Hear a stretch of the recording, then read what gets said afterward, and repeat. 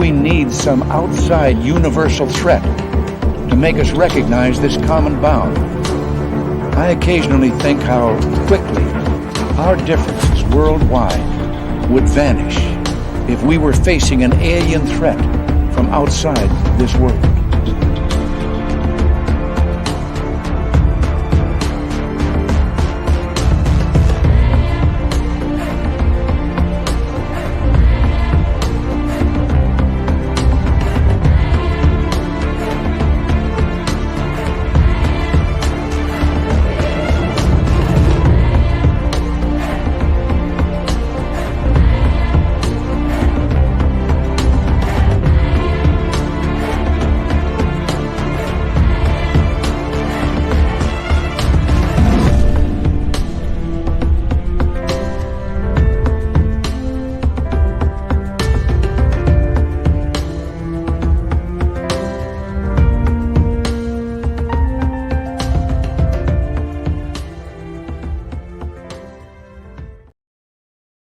Good evening and welcome to Spaced Out Radio. Tonight we got an amazing show with you. Former U.S. Army Major Paul H. Smith is here to talk about remote viewing, Stargate, and maybe we'll even twist his arm on a little aliens if he'll go that far with us, because, you know, can't have a conversation around here without some aliens. And we're going to have a great time with him. We'll bring in Paul momentarily. But first, let's say hello to each and every one of you in our YouTube channel so far. We got Laura Lobbs in the gold medal position. Tim Mothman in his goatee in the silver. Race Fan bringing it up with a bronze medal tonight. Hello, Vanessa and Luscious Jules. Nice to see you. Michael Morris, our resident attorney at large. Good to see you. And hi, Cowboys 5 Rings. Roy Boy, Road Flair. Human Carl, a great veteran of the United States Air Force. Thank you for your service, Human Carl. We love you around here. Stephanie Kenny Blankenship. Raymond L. D. Cohen. Kevin, what's going on? Lisa Ogier, welcome to SOR Chat. And Forrest Louie, thank you for joining us. Jenny White Bear, thank you for your love and support. Another great veteran, Marine, Black Dragon, thank you so much for your service. We love all of our veterans around here. You always have a safe home in our chat room. All right, let's continue on here and with our roll call and say hello to Brown Dwarf. Thank you for joining us. And who else do we have? Chris 716. Chris 716 will be signing autographs after the show. Light up to the left of the studio, if you don't mind, to the left of the studio. Continuing on here with our roll call, there's Griff. And who else is next? Let's scroll on down. Desert Rat, Mexi 97. Thank you for joining us. Hi, Lisa C. And who else is next? Paramarv. Good to have you here. Hi, Deer Slayer. Thank you for coming on in. And Lightwalkers, good to see you again. Continuing on with our roll call, there's Mama Catherine right there. Look at that great picture she has of her and I. Mwah! We love you, Mama Catherine. I hope you're doing very, very well, my dear. And Teresa Racer, welcome to SOR Chat. And Ann Palmer, thank you for joining us. Doug Shelby is here. The Doug Shelby has arrived, which means we can officially start this show. Millennium, my man. Richard Elmore, thank you for joining us. Hi, Kurt M. And who else do we have here? Let's take a look. Simon the Likeable, good to see you. Susan Alloway, Pixie Lara, thank you for coming on in. And who else do we have? We have Sally Elka from New Zealand. And Sally will be signing autographs after the show as well. Line up to the right of the studio, if you don't mind, to the right of the studio. Continuing on, Gizmo. And who else? We got Jessica S. Good to see you all. Mark Sanchez in his Hawaiian shirts. Good to see you. Just another guy named Harry. Nick Atkins and Stargazer. Welcome back. And who else do we have here? Scrolling on down, The Demon. Philip Blair. Nice to see you both. JSCO. Thank you for coming on in. And Forrest Louie, thank you for kicking off the super chat tonight. It's always a great way to support what we do on this show on a nightly basis. So thank you, Louie, so much. Mike Rivers, nice to see you. And who else is here? Welsh Hammer, Pam Harris, thank you. Digger Dog, good to see you again, my man. Rose Brooks and Ted Ozzie, welcome to SOR Chat. And really appreciate it. Let's open up the radio side. So that way Bill WD-40 can get his butt on in there and start lubing us up for tonight's show. Sabrina, good to see you again. And who else do we have here? Robert Lamoth, Christine Lynn, Renee Cruz, and who else is here? Scrolling on down and running out of time, just like normal. Derek Galloway, thank you for joining us. Sweet Robbie G and Nina Williams, thank you for coming on in. Travis DeLuca and Overbuild Automotive, Kathy Evans, good to have you both here. And we got 19 seconds. Can we do this? Can we do this? I don't know. All right. Probably not. And sorry, it's Australia, not New Zealand for Sally. All right. Horns up. Let's rock.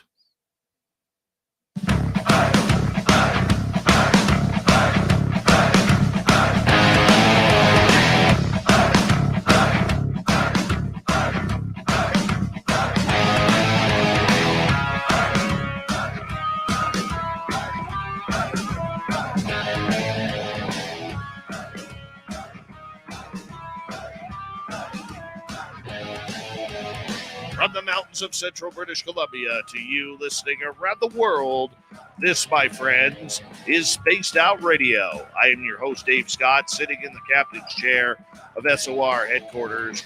We welcome you to tonight's show on our terrestrial affiliates around North America, digitally on Odyssey Radio, TalkStream Live, and KTNL. All of our archives are free. Join us at youtube.com/Spaced Out Radio. Do old Davey the favor, hit that subscribe button. You can follow us on Twitter at Spaced Out Radio, Instagram at Spaced Out Radio Show, and join our Space Travelers Club on Patreon. Our website, spacedoutradio.com. We have a plethora of features for you. Rock out to Bumblefoot, read the news wire, check out our swag as well. Tonight's show is brought to you by Chive Charities. Help make the world 10% happier by visiting Chive Charities today. You can find them on our website. We have a power show of information tonight. Former United States Army Major Paul H. Smith is with us to talk about remote viewing, Project Stargate, and much, much more. Then in hour number 3, Steve Stockton returns with some more weird stories from Among the Missing. Then little Timmy Senor will round things out with the UFO report. Paul H. Smith, former U.S. Army Major, is the author of Reading the Enemy's Mind, Inside Stargate, America's Psychic Espionage Program, and The Essential Guide to Remote Viewing.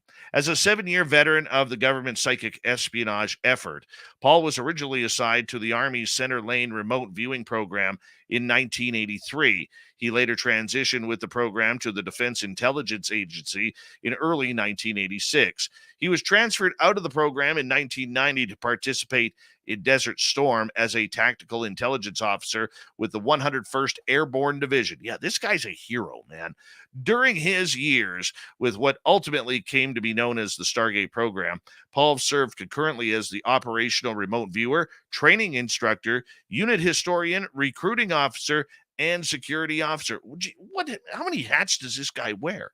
Directly trained in by the creators of remote viewing, Ingo Swann and Dr. Puthoff of SRI-International, he was later the main author of the DIA Coordinate Remote Viewing Manual and was primary theory instructor for the unit, being involved in the training of other well-known remote viewers like Lyn Buchanan, Mel Riley, and David Morehouse. And now we got him on Spaced Out Radio tonight, and this is impressive. It is so impressive. First off, Mr. Paul H. Smith, thank you so much for your service. We very much appreciate all our veterans around here, so thank you so much for what you do. Well, thank you. I appreciate that very much. I should say I get embarrassed when I'm thanked for my service because I had so darn much fun while I was doing it. Well, I wouldn't say it was fun all the time. Desert Storm was a bit miserable, but nonetheless, it was a very interesting, informative experience even then. So, you start off, I'm beginning to think maybe if you're going to say that I can't seem to keep a job with all the listings of the things you said I'd done, that's all true. I sort of had to do them all at the same time, though, so that was a bit of a challenge. When you're that good, they want you to do more, but the paycheck always seems to stay the same, though, right? It does. It does. When you started your military career, did you ever think that it would go down the path that it did with remote viewing? I had no idea what was in store for me. I mean, I had just signed on to be an Arabic linguist. I was at Brigham Young University, recently married. I was making $2.50 an hour doing botanical illustration for the botany department there, and I really wanted to get into Middle Eastern studies. The problem was that BYU at the time didn't have a Middle Eastern studies program. They got quite a good one today, but back then they didn't. And they did have offer Hebrew courses. I'd taken all those, but I wanted to learn Arabic. And so my then wife said, well, the Army will pay you to learn Arabic.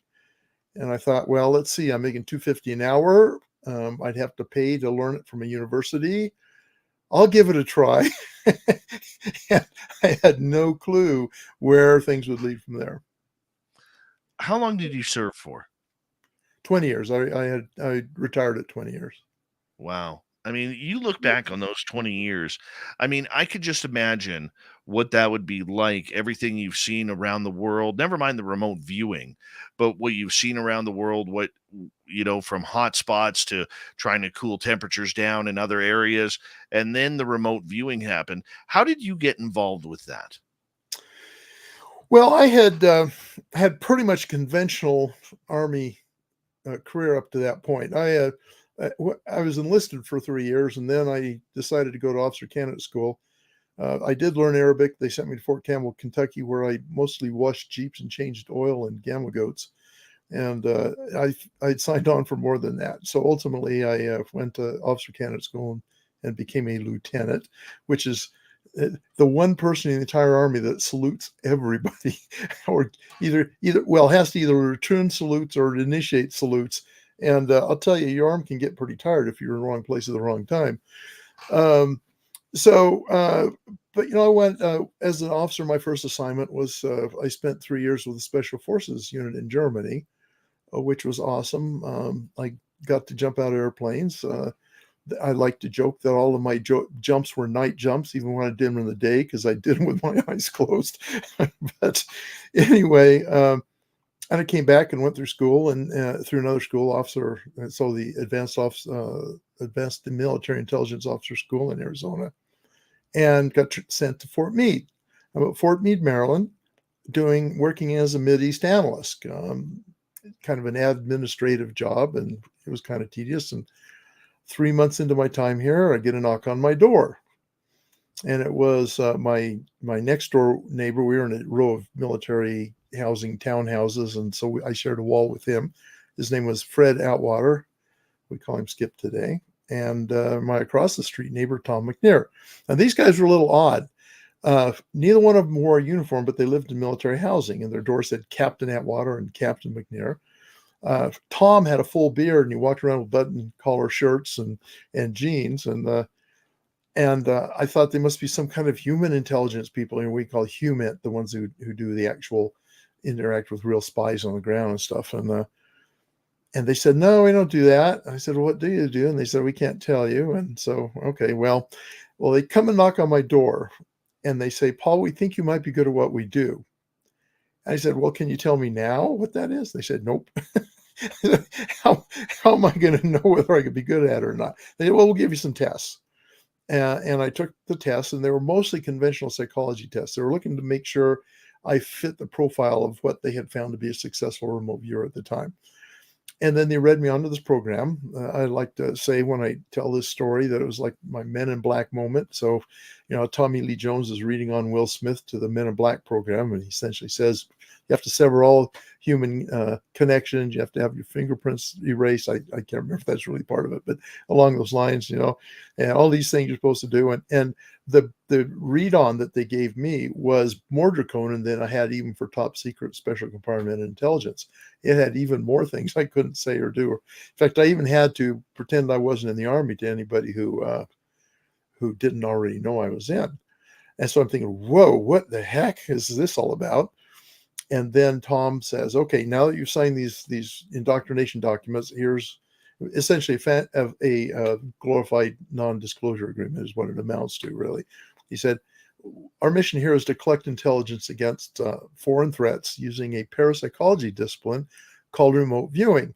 We're essentially inviting you to volunteer to become a psychic spy. And I thought, that is awesome. So Tom says, you don't have to tell me right now whether you got 24 hours to decide. And I said, I don't need 24 hours. I absolutely want to do this. But what he doesn't know is that as he's talking about this, my brain is going, and all this is true. When I was a kid, I was fascinated by ESP stories and science fiction and fantasy. I had even been involved in a science fair project in junior high, testing ESP that had totally failed. So at that point, I'd become a bit of a skeptic. And I thought, oh, it's fun stuff to think about, but it must not really be real. Well, now here's this guy with a beard, right, telling me that there's a line item in the federal budget that pays for a program that teaches people how to be psychic. And my brain says, you had better not turn this down. I absolutely wanted to do it. And he was kind of shocked by that, I think, because I don't think they'd had people react quite that enthusiastically in the past. All of them had kind of been blindsided by it and hadn't really had the kind of preparation I'd had, such as it was. I gotta ask you, I mean, what was the testing like? What did they have you doing? So in the testing or in the program? To test you to see if you were good enough for the program. Well, they had a fair amount of research that suggested the kind of person that would be successful as a remote viewer. Mostly, of course, they evaluated and assessed successful remote viewers, and then they went looking for people like that. And they're more interested in personality, in psychological profiles, because they figured if this person is enough like in psychology and personality like other remote viewers, successful remote viewers, then their possibility of being good is much higher. Now, there was also a few other criteria they're looking for. So one thing is, well, first of all, you had to be accomplished in your military career. You had to be successful. Your report cards had to be good. You had to show that you were competent in just your regular military intelligence activities. They were looking for people above average in intelligence. And I know people will make a joke about this, but generally speaking, that's true of not just military intelligence personnel, but it's actually true, especially in the officer corps, in the entire military, even back then. Now, I'm not saying, we're brilliant or anything like that, but just tend to be above average in intelligence, which turns out to be a very valuable trait when you're trying to survive on the battlefield, as you can imagine. And they were all, then the final thing they're looking for is an officer who was involved in a creative pursuit, like studio art or musical performance or creative writing, and also had language facility. Even though there are a lot of people who do languages in military intelligence, it still was an indicator of potential success here. Well, they discovered that I had majored in art in college and worked as an illustrator for a while and did paintings and stuff, that I had been playing guitar for about 20 years by that point, that I like to write short stories and send them off and get them rejected by short story publishers, and that I was fluent in German and had competence at the time in Arabic and Hebrew. And so it's kind of like they said, well, he may not work out, but we can't not try him. And so they gave me the opportunity, and they were pleased with what they got. I never say that I'm the best remote viewer ever, because I don't think that's possible to know to begin with. But I was certainly good enough that I was able to satisfy the needs of the program. When they tell you that, hey, we are actually conducting psychic espionage around the world, whether it's the Kremlin, whether it's North Korea, or inside the forbidden temples of China, I mean, what is that like when all of a sudden you've maybe never been there before? You've only looked at the buildings through pictures, and now you have to pick out, documents and conversations of what is going on within these buildings. I mean, how does this set up? I'm not even sure what that question meant, but I'll tell you what, I'll answer the way I think you meant it. So first off, it's a real ride, I have to tell you. It was awesome. My first few days and months and weeks and months as as a remote viewer, a remote viewer trainee, it was just like, I've died and gone to heaven. This is awesome. Now, of course, I always had a lack of confidence, as most people do when they first start out, particularly when my job was in the balance here, right? This was something that I was afraid if I screwed up, they'd fire me and send me off to an infantry unit somewhere. But you don't actually know. And in fact, it's still true. Remote viewing isn't 100% activity. There are people out there who tell you that, even some of my former colleagues who should know better. It's not 100% activity. So that at any given time, you may blow a session, even no matter how good you are. In fact, Joe McMoneagle, who is arguably the best remote viewer out there today, he messes sessions up. He fails on some of them, and he admits that candidly. The thing is, when he's on, it's scary good. When he's successful in a session, it's scary good, but you miss some of them. And so here I am, and I miss one, and I think, oh no, they're going to fire me. And then I get one that works, and then I get another one that works, and then I miss one, and I felt a little bit less like they were going to fire me because I was getting a fairly decent balance of successful sessions. And then ultimately, I start working real world sessions, and at that point, you don't know how well you did most of the time for a long time. But the things I did find out about, we did quite well on. So I am absolutely convinced I didn't answer the question you asked, but I answered some question or other. Well, I guess what I was trying to get at is, what is it like when they throw you a target at, say, let's just say they want you to check out a meeting inside the Kremlin or what's being discussed or the books that are on someone's desk or whatever. I'm not sure how it works, but how was that put together when they would put an assignment in front of you? So the scary thing about this for some folks is you have no idea what target it is they want you to address. Viewers are blind to the target. Usually they just give you a number. And the number stands for the target, but it didn't tell you anything consciously about the target. So the example I like to use is 8675309. Okay. Let's say they give you a number 8675309 and just in practical terms, let's say it's a training target and the target is the Eiffel Tower. They don't tell you that it's the Eiffel Tower. They give you 8675309. And then your subconscious has to go out into the universe, find out what that number is linked to, and then guide you in to remote view the Eiffel Tower. And you may never become completely aware that the target is the Eiffel Tower. But if you're good, well-trained, and luck is with you that day, you can actually describe it in very good terms, perceptually, without your senses ever actually being involved. And that's, of course, what extrasensory perception means. It means that you have perceptions, but those perceptions come into your mind without ever going through your sensory apparatus. And so it's outside your senses, which of course is, according to scientists, impossible. But it isn't, because it works. Have you ever combined remote viewing with astral travel? No. People ask if they're the same thing. In fact, I've regularly run into people say, well, remote viewing is just out-of-body experience or astral travel by another name. And in fact, it is not. It is significantly different. Now, they may be related. They may be, I believe, and so did Ingo Swann, the guy who originally created remote viewing and named it. I agree with him on this, but I sort of believe it from my own experience, that there's this underlying mechanism that makes all psychic behavior possible. And all we're doing when we remote view or use clairvoyance or scry or heck, I don't know, even channeling, whoever, all of those various things, is accessing that underlying capability and just applying it in different ways. It's like a different, like a Swiss Army knife, right? One mechanism, say remote viewing, is the knife blade. Another one is maybe the scissors. Maybe clairvoyance is the scissors. Maybe let's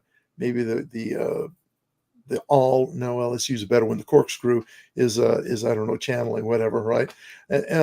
It's all probably comes from the same ability, but it's just different ways of employing it, I guess. Yeah, that's kind of what I think about it anyway. Do you think it's dangerous to combine the two, or to try and combine okay, so astral? I answered half of the question I want to answer there. So, but they are different, and you can't do both of them at the same time because they are different enough that you can't, right? They might be on the same spectrum. So I'm going to kind of lump astral travel and out-of-body experience together because in many respects they're similar, right? So they may be on one end of a spectrum and then remote viewing is on the other end, okay? So the difference is this. So in astral travel or OBE, you really feel like yourself in some way, your consciousness, whatever, some aspect of yourself goes outside of your body and goes to another location or does, perceives things out there. Remote viewing, you're totally aware that you're sitting at a table with a stack of paper and a pen. If you have a monitor, somebody's at the other end of the table, and that you're proceeding to perceive and describe this thing, the target, whatever it might be, and yet you are fully aware of being here. It isn't like some part of you goes out. It's not like that at all. And then there's two other really critical differences here in terms of application. So remember, this was meant originally, well, when it was first developed, it was just meant a way of being psychic. But then it got developed fully in the military. And the goal was to bring back information from foreign or at least denied locations, or donate, shielded rooms, whatever, that could be useful.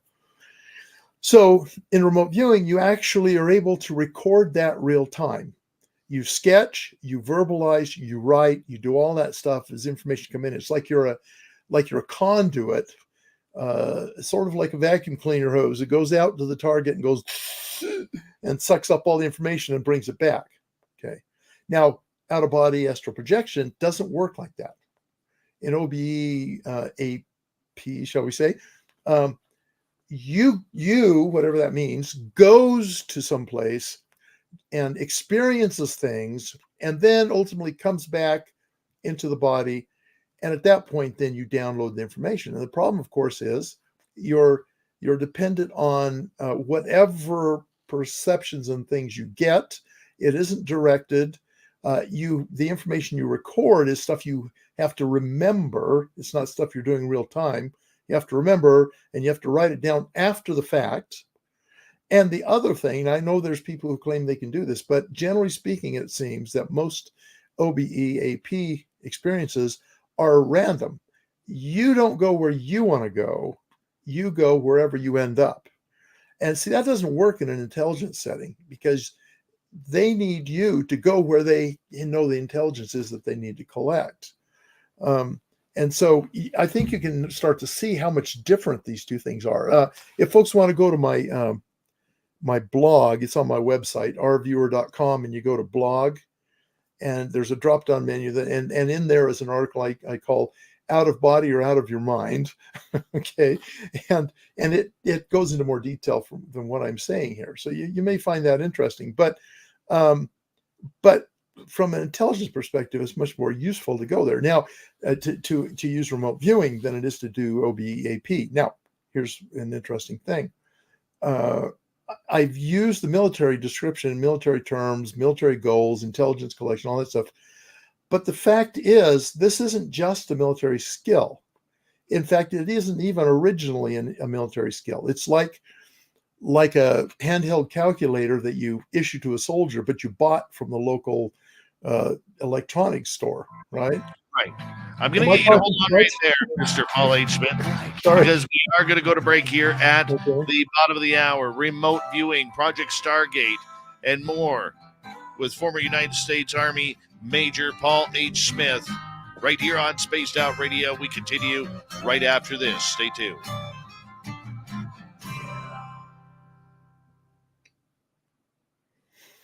All right, sir. We are clear. Good.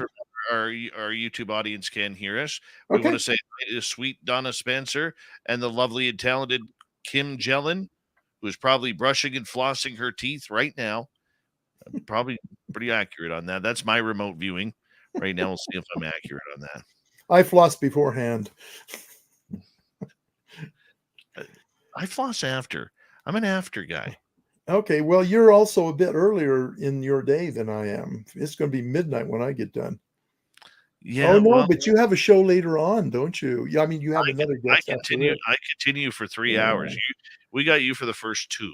Okay, well, good. I'm glad I'm not you. Yeah, so interesting. I hope I'm not blabbing on too much when I answer a No, question. but that was a fast first half hour, you have to Yeah. admit. Well, you promised me a quick time. Okay. Uh-huh. Yeah. Yeah. 90 minutes will feel like 15. How about that? Okay, that's good. So then so 2 hours nominally would then feel like 17 or 18, right? I don't know. Yeah, My math skills are pretty kind of much limited. Yeah. 20, somewhere like that. Yeah. Somewhere like So, that. okay, good. Yeah.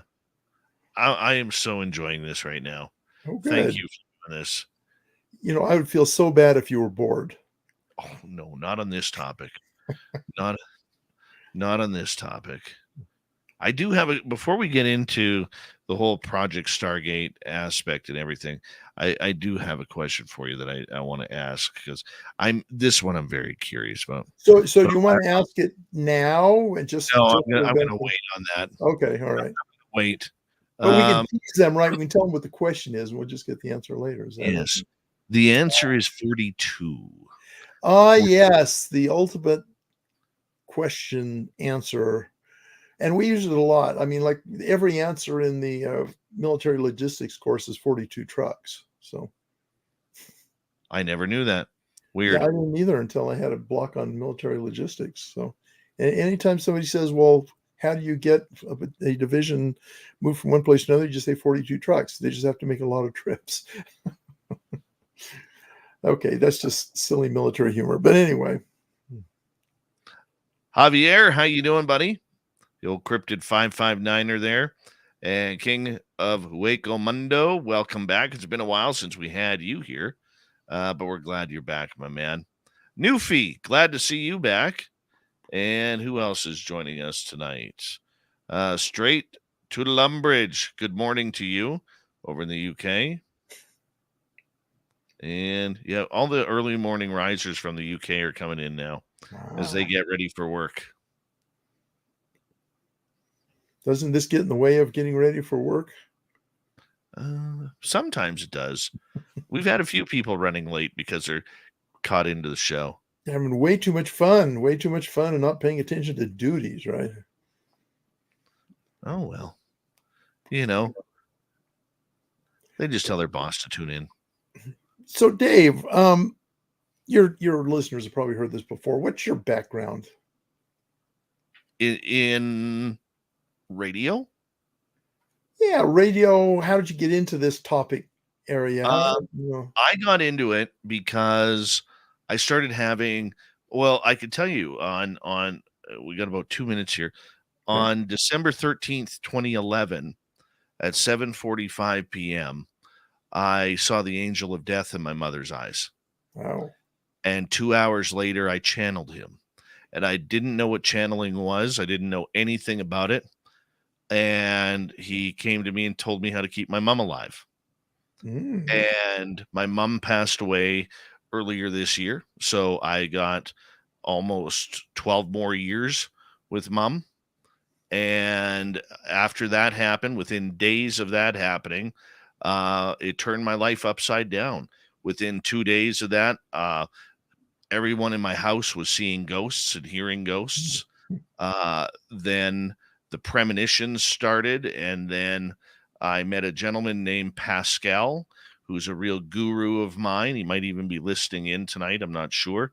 But I met him, and he basically said to me, how far down the rabbit hole do you want to go? And my curiosity said all the way. Oh. And we started practicing channeling more and doing certain tests on communication with the other side. And then the Bigfoot came. And then after that, he said, I'm told my guides are telling me that I need to concentrate you on ETs. And the UFOs and the aliens came. And having a background in radio, this is how I got going. Is I needed answers. I couldn't find them on Google or YouTube. I'll finish up later. Here we go. Okay.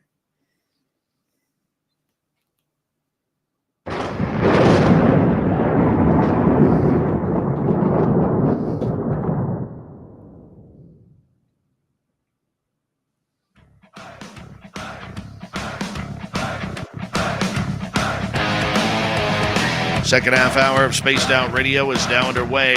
Thank you so much for tuning us in. My name is Dave Scott. Very much appreciate earning your listening ears. I want to remind you that if you've missed portions of this show or others, check out our free archives by going to youtube.com/Spaced Out Radio. Do old Davey the favor, hit that subscribe button. Our website is spacedoutradio.com. We have a plethora of features for you. Rock out to Bumblefoot, read the Newswire, check out our swag, follow us on Twitter at Spaced Out Radio, Instagram at Spaced Out Radio Show, and you can now join the Space Travelers Club on Patreon. Here we go, second half hour, talking remote viewing tonight. Our guest, Mr. Paul H. Smith, formerly of Project Stargate with the United States Army, where he ended his 20-year career as a major. Thank you so much, Mr. Smith. Appreciate you being here. I'm having a great time. I want to comment on a comment that's on the screen right now. Apparently, Kim Jellin said that your background is tidy, right? I asked the question about your background during the intermission there. And you notice my background isn't. I like to say I work in an explosion in a paper factory. Oh, this is just what I show the camera. Yeah. This is just what I show the camera. Well, you can see I make no pretenses about mine. So, another thing I wanted to just very quickly finish the soundbite on the last thing I said, and that is I want people to understand, just because the military used this, it doesn't mean it's a military thing. It's available to anybody who wants to learn it, which of course I teach people that, but other people do too. And the thing about remote viewing is once you learn how to do it, it's very empowering, and it has plenty of civilian uses, and you don't even have to use it for anything practical at all. So anyway, that my little soapbox I jumped up on there for a minute. Have you ever been caught while remote viewing? Well, I've had people walk in on me, but I don't think that's what you mean. No, that's not what I mean. Yeah. Only once, maybe. You'll hear people out there in the remote viewing community talk about, oh, I was seen or perceived by somebody at the target or something at the target. I've been, observed. I know they knew I was there. It's very hard to tell whether that's real or whether that's imagination. One of the problems with remote viewing. So when people ask me what I teach people with remote viewing, you'll see I'll wind into the question here in a second. I say I teach them three things. First, I teach them what the signal is like that you're getting, the signal with information. I teach them what the mental noise is like that is always going on and gets in the way of the signal. And I teach them how to tell the difference. Okay. Now, of course, as they say, the devil's in the details. It's easy to say that, but remote viewing, learning how to do it very well, is a very intense and sometimes long-term process, because learning those three things is the biggest challenge. Okay. So, and you know what? I said I was spiraling around your question, and now I've got stuck. Okay. Tell me what you said again. What is it? Well, had you ever been caught? Oh, yes. Good. Yes. So the problem with remote viewing is there is this imaginative component of the mental noise, and it can be really tricky to sort that out. And so it's quite possible to convince yourself that you are being perceived by something or someone at the target when you really aren't. Okay. Now, does that mean you can't be? And before I would say no, but I had an experience in which I'm pretty sure something at the target actually was aware of me being aware of it. Okay. Now, can I prove it? No. Am I going to say I'm absolutely sure it happened? Well, I'm sure it happened. Whether my interpretation is true or not, I'm not sure of that. But this seemed so real, and it was the only time it ever happened, that I have to say the answer to that question might be yes. I'll tell you about the event here in a second. The answer might be yes, but I can't be absolutely sure. Okay, so here's the answer to the question. I was actually remote viewing the moon. So I mentioned Ingo Swann before. I'm guessing a lot of people in the audience probably have heard his name, but I'm guessing a lot of others haven't. But Ingo, once long after all my microphone is slipping off. Sorry, guys. How's that for breaking the suspense? Anyway, so it's chasing me. After we were done with training, I was still in the Army, but towards the end, Ingo was no longer affiliated with SRI-International. Hal Puthoff had long ago left the program. Ingo started using me on some of the projects that people asked him to do. And one of them was remote view the dark side of the moon, specifically a location that seemed to have some kind of interest or something unusual about it. Now, I didn't know the target was the moon. Again, remote viewers have to be blind to the target, but they did use what you would call geographical coordinates if you were doing them on the Earth. They're lunar coordinates, but I didn't know they were lunar coordinates. And in the process of perceiving what was there, I realized, first off, hey, there's no air here. You can't breathe here. What the heck have I got myself into? And then I noticed these really sharply formed mountains and valleys, if you will. I didn't identify them as craters quite yet. And then I perceived what seemed to be this massive underground cavern that actually had stuff going on in it. And one of the things was this, as I now know, interpreted anyway, as a space vehicle that was emerging. It looked a bit like a manta ray. And I did a sketch of it, which I don't have handy, or I'd hold it up the camera. And it seemed to be part biological and part technological. Now, you have to understand, of course, Battlestar Galactica, the second iteration, in that they have these quasi-biological ships that are both mechanical and technical and biological. And I think Stargate Atlantis had some of those too. Anyway, these are all science fiction ideas about this. But my lunar session was years before those things came out. And so this was not something that I could have seen in popular culture. And so I'm getting this impression of part mechanical, part biological, which was really kind of surprising to me. And one thing I've learned in remote viewing, the things that surprise you are often true.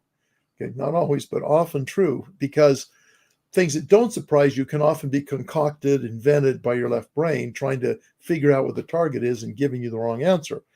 But this just totally surprised me. It's not something I was expecting. And as I'm perceiving this thing, I realized it was in some way sentient. We're talking about a sentient machine, essentially. And this is not AI. This is biologically sentient. And in the process, I had this strong feeling that it was perceiving me at the same time and not happy about it. Not happy that I was remote viewing it. I also sensed, so I wasn't scared, that it was powerless to do anything about that because it was on to do something else. But it was not pleased that it was being spied on, if you will, by a remote viewer. So that's the only occasion when I feel like I may have been detected by at least a sentient entity of some sort at the target. May I ask a follow-up question, if you don't mind, on that? Well, you can ask all you want. We'll see if I answer it, right? Well, you mentioned the manta. Mantra. Oh, no, I'm sorry. Yes, manta. I'm sorry. It's getting late for me. Go ahead. Was the manta ray the craft shaped like that, or did it have a picture of a manta ray on it? No, it was shaped like that. Yeah, and I did a sketch of it. Like I said, I just don't have it handy. And I'll tell you the reason why I ask is Alan T. Greenfield, who wrote The Secret Cipher of the UFO Knots. He actually had reported on seeing craft with blue manta rays painted on it. Huh. And 10 days before I found out about that, I actually had a dream one night about a UFO. And lo and behold, there was a blue manta ray painted on the bottom of it. That's interesting. How many manta rays painted? Just one? Just one big one. So, okay. Because I can conceive of a row of blue manta rays. Maybe these guys had shot down some of them, the ones I had, like the old World War II fighters with a number of planes on it. But that is intriguing. Just painted on the bottom. So, and of course, when you think about this a manta ray is a terrestrial creature, Yes. right?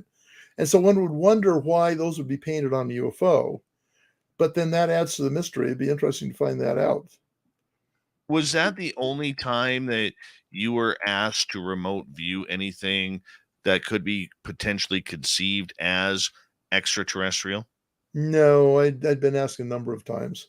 So I had 2 projects I worked. Each project consisted of probably a number of sessions on or around about considering the same target. So I had Ingo asked me to remote view on 2 lunar targets and on Roswell, which I didn't find anything unique about because I realized it was Roswell halfway through.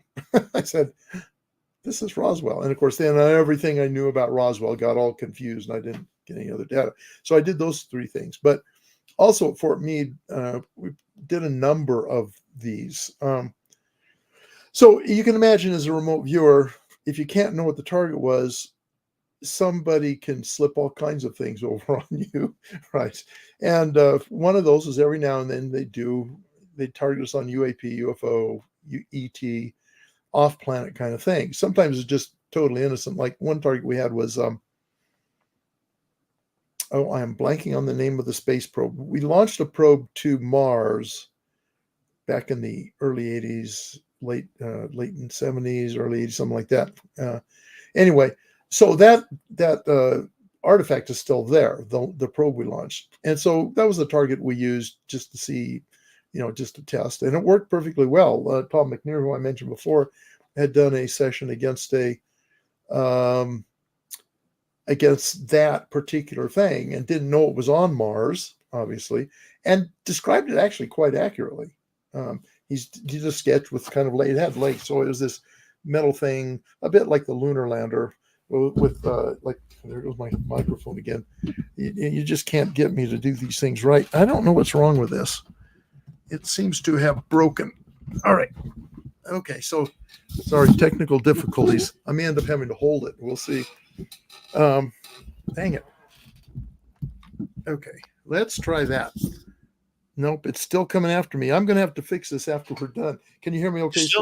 You're still sounding great. Okay, You're good. still sounding great. And I will just kind of prop it up here so it doesn't fall over. And so, so his sketch was, completely consistent with him remote viewing this early lunar Martian lander kind of thing. Okay. But we also got tasks on things, some of which were credible and some of which weren't. You probably heard the name Ed Dames. Yes. Ed was one of our project managers and monitors, and he delighted in targeting us on whatever the latest UFO flap that he was interested in was.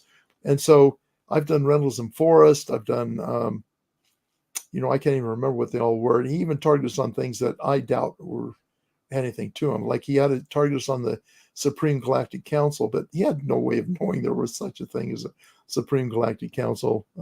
He targeted me on one of the moons, I think Titan, one of the moons of, let me think, is that Saturn? I can't remember anyway. Titan is Saturn, I believe. Yes. Yeah. So, I could go through, there's a whole list of them. I went through and compiled them. Some of these I think were credible, particularly the ones that, so Skip Atwater worked us on some too. So here you are, getting me to talk about little aliens. I don't know any little aliens. I only know big ones. I'm just kidding. You remember early on, never mind. Okay. If I have to explain a joke, it's not worth telling, right?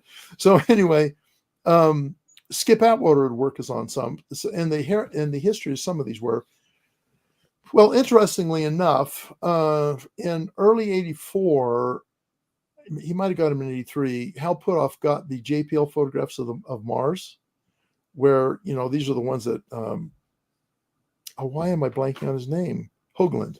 Hoagland made a big deal about, but we got them very early in their existence, and Puthoff got them and passed them on to Skip, and Skip would run us on these occasionally to see what it came up with. In fact, when there's a famous remote viewing interview with Joe McMoneagle that Skip was the monitor on, and the target was one of these photographs, not the photograph itself, but the location depicted in the photograph. So those were interesting. But Skip had a couple of others. So one of the earliest remote viewers in the SRI program was a guy named Pat Price. He was he came along a little bit after Ingo Swann did. They were together there for a while, knew each other. And one day Pat comes in to the office, and he just has some spare time on his hands the night before, and he tells Hal Puthoff, he says, I wasn't doing anything, so I thought I'd remote view the alien bases on the Earth. And he plops a stack of pages down where he'd done sketches and had verbal descriptions and stuff. And he said, there's 4 of them that I've been able to find. One of them is Mount Hayes in Alaska. One of them is I'm going to get this wrong, Pinatubo, I think, in the Pyrenees. There's one in Africa that starts with an N. And then there's Mount Zeal in Africa. And each one of these has a different purpose. The one in Mount Hayes allegedly was a repair base. Okay, so Hal gets these things. He passes on to Skip Atwater. Skip Atwater says, well, give these a try, but we don't know what they are. Well, we don't even know he's got them, right? And so he starts working us one at a time on various of these, and then collecting that information and kind of storing it away to see what it is. And he's still got this data somewhere. I think I even have some of it. I do have my sessions I did on it. And Mount Hayes was the one I did, and Mel Riley, who was another prominent viewer, did. And we got some interesting stuff on that. And I don't know how much detail to go into here. I've been on this question for a while, but. You can keep going. We're all glued to you right now. All right.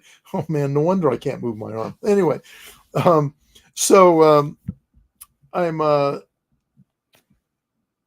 tell you what I got.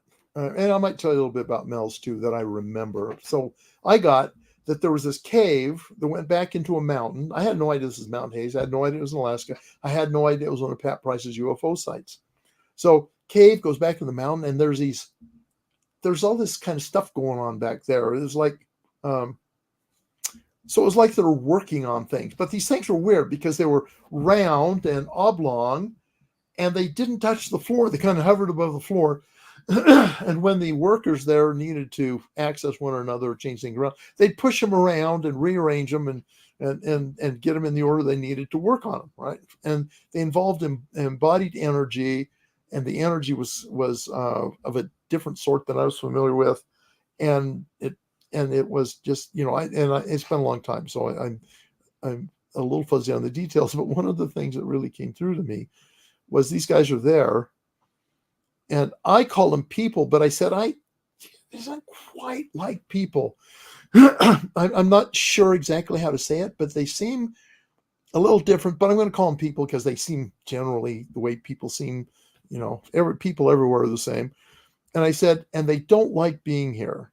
I said that it's like they're in a foreign location. They're stuck, and it's boring and tedious, and they just want to go home. And later, I found out that Mount Hayes is supposedly the repair base that Pat Price was talking about. And so that was kind of interesting. It also made me think, if I really was interacting with ETs, that, in some ways, they're not much different than us, at least when you get below the skin, and get into their personalities, if you will, or attitudes or whatever.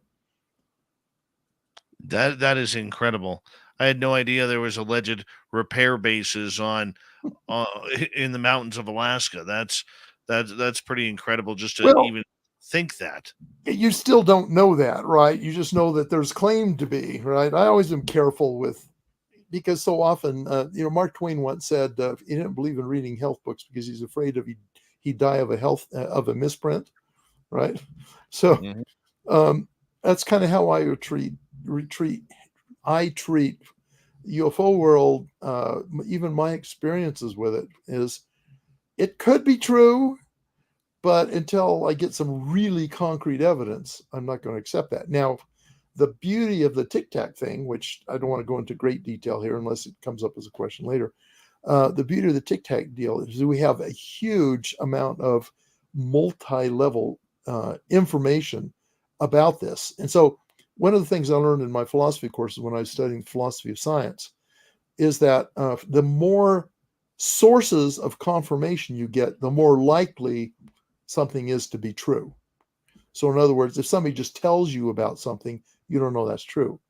But if somebody else shows you a picture of that same thing, then you start to have good reason to believe it. And if somebody else comes up and says, I saw that too, and I got a recording of this, and I was able to actually go up and make a tracing of figures on the side, you come to a pretty good state of acceptance. And in the Tic Tac thing, we have millimeter wave radar. We've got the entire Aegis system on the ships. We have gun camera footage. We have eyewitness reports.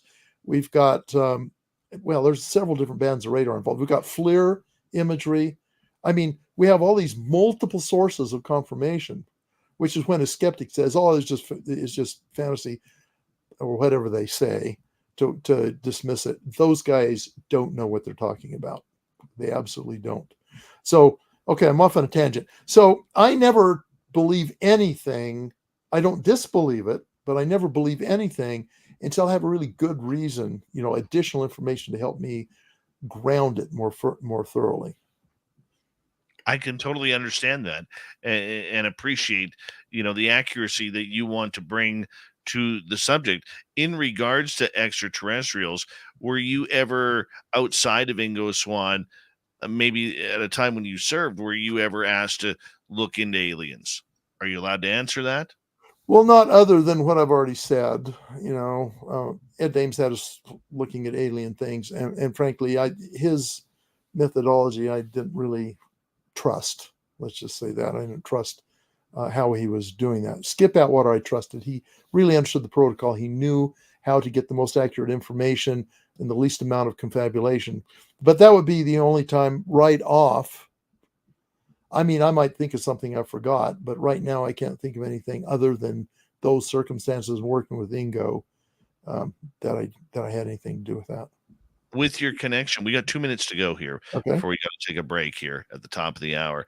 With your connections in what perceives to be connecting with extraterrestrials, do you believe that we are a planet that has extraterrestrials on it currently? Well, this is another one of those things I don't disbelieve. Some of the people I know, I'd swear we had extraterrestrials here, but first of all, I'm going to say I think it's quite possible. Are they here? Like, do we have a resident community? I'm not sure about that. I think it's more likely if we do have any that are like infiltrators that come and go. But it's possible. Maybe there are some who are here all the time.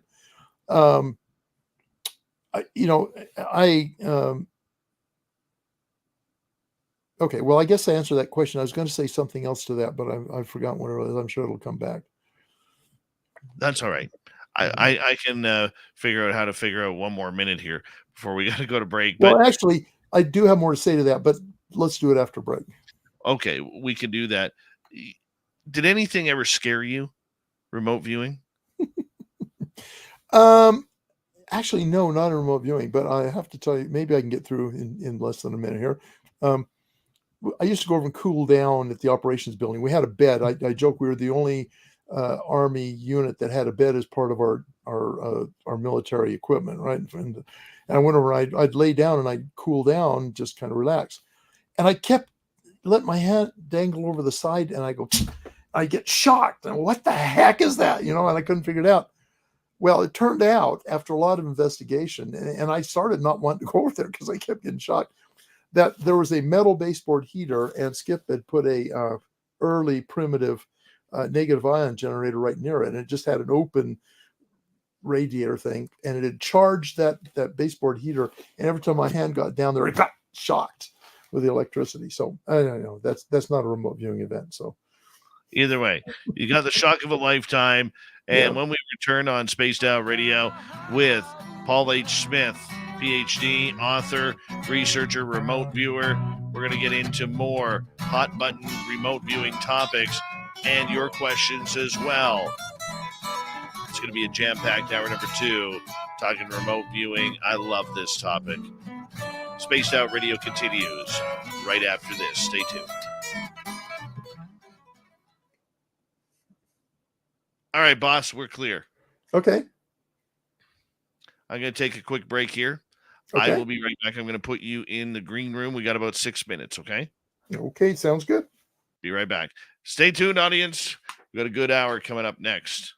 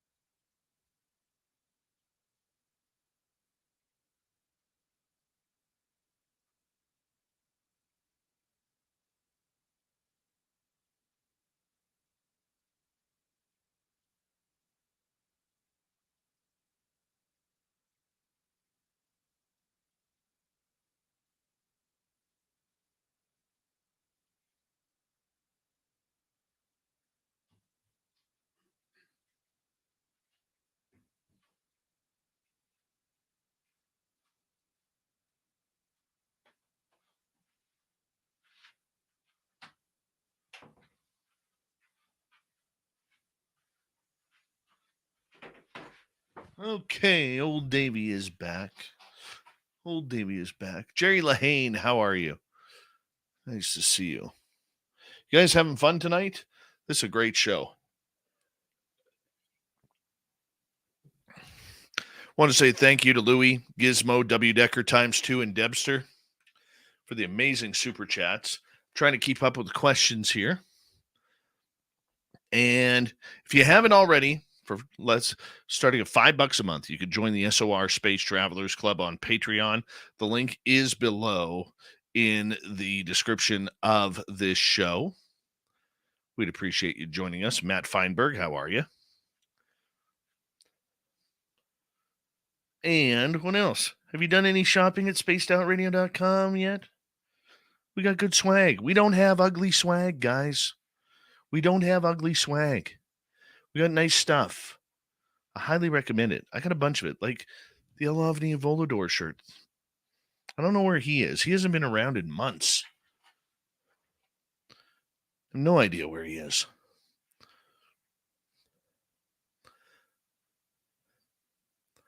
Thank you, Matt.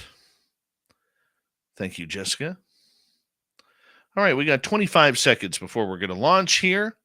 And what a show. Man, this is awesome. Absolutely awesome. I'm going to bring Paul back in.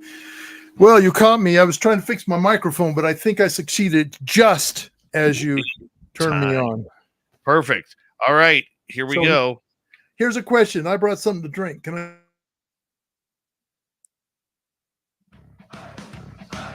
You're listening to Spaced Out Radio with Dave Scott. Follow Dave on Twitter at Spaced Out Radio and on Facebook, Spaced Out Radio Show. Here we go with hour number 2 of Spaced Out Radio tonight. My name is Dave Scott. Very much appreciate earning your listening ears wherever you are on this beautiful planet we call Earth. Hello to everyone listening in on our terrestrial affiliates around North America, digitally on Odyssey Radio, TalkStream Live at KPNL. All of our archives are free. Join us at youtube.com/Spaced Out Radio. Just do me the favor, hit that subscribe button. The Desert Clam has set the password for tonight in the SOR Space Travelers Club. Radio Johnny-O-Meter. Radio Johnny-O-Meter is your password. Use it wisely, Space Travelers, as the Clam sets the password each and every night right here on Spaced Out Radio. Our website, spacedoutradio.com. We have a plethora of features for you. Rock out to Bumblefoot, read the news wire, check out our swag as well. Follow us on Twitter at Spaced Out Radio, Instagram at Spaced Out Radio Show, and you can join us on Patreon in the SOR Space Travelers Club. We continue on in hour number 2. Professional remote viewer Paul H. Smith is with us, and we are discussing the beauty of remote viewing, and maybe a little aliens has gotten in there. You know, we always try to sneak that in, but that's what we do. Paul, thank you so much for joining us. I hope you're having a good time. I am having a great time. Yep. Right on. You ready to get going again? If you're ready, I am. I am ready. Okay. Now, I'm going to give you the choice. I got a few questions, or would you like to go to audience questions? Because I know they're piling up. Well, let's start with one or two of yours just to increase the enthusiasm out there, and then we'll switch to audience. Can do. All right. The idea that you have remote viewed, whether it's on the moon or Mars or anywhere else, have you ever found extraterrestrial life forms on other planets or moons in our solar system? Well, I mean, my account of remote viewing that space vessel or whatever, the seemingly aware one, indicates yes. And I can't really at this point. I have to go back through all the stuff I did. I don't remember anything that stands out, but I think I certainly did pick up on some things, which, because I was tasked on those by Skip Atwater, it was Ed Dames. I don't know whether to trust it or not, but it certainly made for exciting, a fun diversion from remote viewing Russian tanks and missiles and things. So, did you ever, when you were remote viewing, were you ever able to find any type of extraterrestrial bases? Like, I know you were told that where their bases were, but did you ever find any like landing spots, hot zones where these things seem to happen and pop up? No, we weren't sent after that kind of thing. Usually it was suspected things that already happened. They were looking for more. Whoever was doing the tasking was looking for more information about. One instance, another one Skip Atwater did. It was a minesweeper, a Argentinian minesweeper that had been found adrift off the coast of South America. Nobody on board. It was kind of like the old Mary Celeste story where there's food on the table and looked like everybody was there, but had left in a big hurry. And there's rumors it involved a UFO. And in fact, my session, which got cut short because again, I picked up this is like UFO attacking a ship or something, and that's all I could get in my head, so I couldn't get details about it. But a couple of my comrades on that did actually get some fairly interesting descriptions. One was Bill Ray, who was a really good friend of mine and ended up being the commander of the unit for about a year and a half. Bill got, and this is going to be rough as well, just approximate, if he got that there were a whole bunch of, that the crew of the ship, there was a UFO, he got a UFO of some sort, and of course that was back when there were UFOs, not UAPs, right? So he got a UFO sometime hovering over the ship and illuminating the ship with something like a beam weapon or something, and all the crew like just going crazy with fear and all jumping off the ship. And that's an interesting thing. Did it happen? I don't know. But if I'm remembering the accounts right, Joe McMonigal had a very similar thing. It wasn't exactly the way Bill described it, but in his case, there was a UFO was hovering over ship. The crew went crazy with fear and jumped overboard. Okay. So, is that what happened? Well, it certainly fits the results, the ship drifting out without anybody on board. Of course, we couldn't see that, they couldn't see evidence of a UFO when they boarded the ship. But what's interesting here is Joe, if I'm remembering right now, don't take this literally because my memory's all hazy and it's been a long time. Joe, as I recall, said that this UFO actually was a USO that had emerged out of the ocean. It had been under the water and it emerged out of the ocean and had whatever effect it had on the ship. And this was actually, there is an area off the coast of South America, roughly where this ship would have been sailing, which multiple sightings of USOs have been seen. That is, UAPs coming up out of the water or going back down into the water. So it ties in with other sort of, I won't say substantive, but other evidence we have that's unconnected. So that suggests there's a little bit more to this than just somebody's imagination. What do you think of the recent UFO flap that's going on within the United States, the military branches and the FAA, everybody trying to hop on board with, the term UAP, which I have kind of defined as UAP seem to be more man-made objects, where UFOs still seem to be a little bit more obtuse on what they are. Do you look at it, or what is your opinion of everything that's going on right now regarding this touchy subject? So let me address the terminology first. Maybe I'll convince you to take another look at that. So UFO means unidentified flying object. Right? Yes. UAP means unidentified aerial phenomenon. Mm-hmm. And there's a dramatic difference between those things. UFO, first of all, it assumes unidentified. That's a given. That it's flying. Okay, in both cases, it's flying. No. UFO is unidentified flying. So flying implies that somehow it is flying in a physical sense. And object implies it is an actual thing, right? Now UAP, and I know why they adopted it, because I think in a way it is actually more inclusive. So unidentified, nobody argues with that. Aerial, so it's in the air, but is it flying or is it being motivated by something that isn't really flying, but some other way of traversing space, right? So it opens up the possibilities there. And then phenomenon doesn't specify it's actually an object. It might be something else altogether. It might not even be a physical thing. Okay, now I happen to think these things are, but this at least allows the possibility that it's something other than what we are assuming these things are. And in fact, if anything, UAP says less about it being a conventional human created thing than UFO does. It opens up many more possibilities there. So that's how I look at this term. And I don't know if I've convinced you or not, but at least you hear there's a possible counter argument here, right? So what do I think about it? I think it's one of the best things that's happened to the UFO community.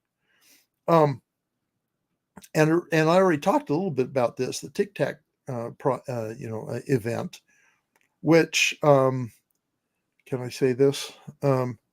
So I knew about this long before it became public knowledge. I was actually asked to get a group of viewers together and remote view it without knowing what it was. I didn't know until after we remote viewed it what it was. And I'm not absolutely sure it was this one that,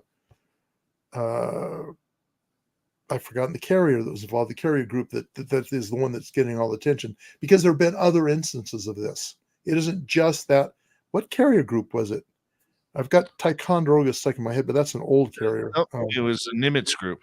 Nimitz, yes. So didn't just happen to the Nimitz group. It has happened to other carrier groups and other naval formations off of both coasts, and potentially elsewhere in the world. But here it was a little easier to observe. So anyway, I was asked to get a group of folks together, and I can't tell you about who, but you'd recognize them, to remote view it. We weren't successful. I'll tell you right now, we did not get it right for various reasons that I can't explain unless I tell you more about the project. And I can't tell you more about the project because I signed this massive NDA that I have to give up all my kids and my house. No, well, it's not quite that bad, but you get the idea. So anyway, but I was so happy to see the Tic Tac information start coming out in real time, and see Congress taking it seriously, see the various agencies taking it seriously. There are always people in these agencies that did, but they didn't have enough horsepower to get real attention going. And now it has broken out. Now, I'll be the first to say, I have not made UFOs, UAPs, my main interest. Certainly have not been my main interest. Remote viewing is where I focus, and I tend to be very conservative and very focused on real-time remote viewing with, against real targets and that kind of thing, and teaching people how to do it and all that. That's been my main focus. But unfortunately, I guess I say unfortunately, it's not unfortunately, but I keep company with a lot of these prominent UFO, UAP researchers. So I and Hal Puthoff are really good friends. We interact frequently. Jacques Vallée are friends, Eric Davis, John Alexander. Okay, there's more. Eric Davis at the, out at Skinwalker, and I'm friends with all of these guys, and not just, they know my name. We talk quite a bit. Okay. Jacques, not so much because he's off doing his stuff, but we do interact and often enough. And I kind of get I get dragged kicking and screaming into the UAP arena because of this. And so, and particularly lately, it's because of this Tic Tac and all this other stuff we're doing now. And I think people say, well, what do you think of all this stuff about UFOs? And you get the all the different varieties of ETs and stuff out there. And I say, well, and I still think this, I say 90% of what's said about UFOs and ETs in public is baloney. But there's that 10% that isn't. And now the 10% is getting the real attention. And I think that's great. So, yeah, there's probably more I could say, but that answers your question, I think. There still seems to be a lot of cover up with it, though. There still seems to be a lot of bouncing around the topic. The Navy doesn't want to play the game anymore. The Air Force refused. The Army's remained silent on this pretty much, except for this non-financial CRADA that they signed with the TTSA a few years back that turned into nothing. I mean, we know it's being studied. We know it's, people are having extraordinary experiences, whether it's sightings or whether it's abduction or contact or whatever it may be.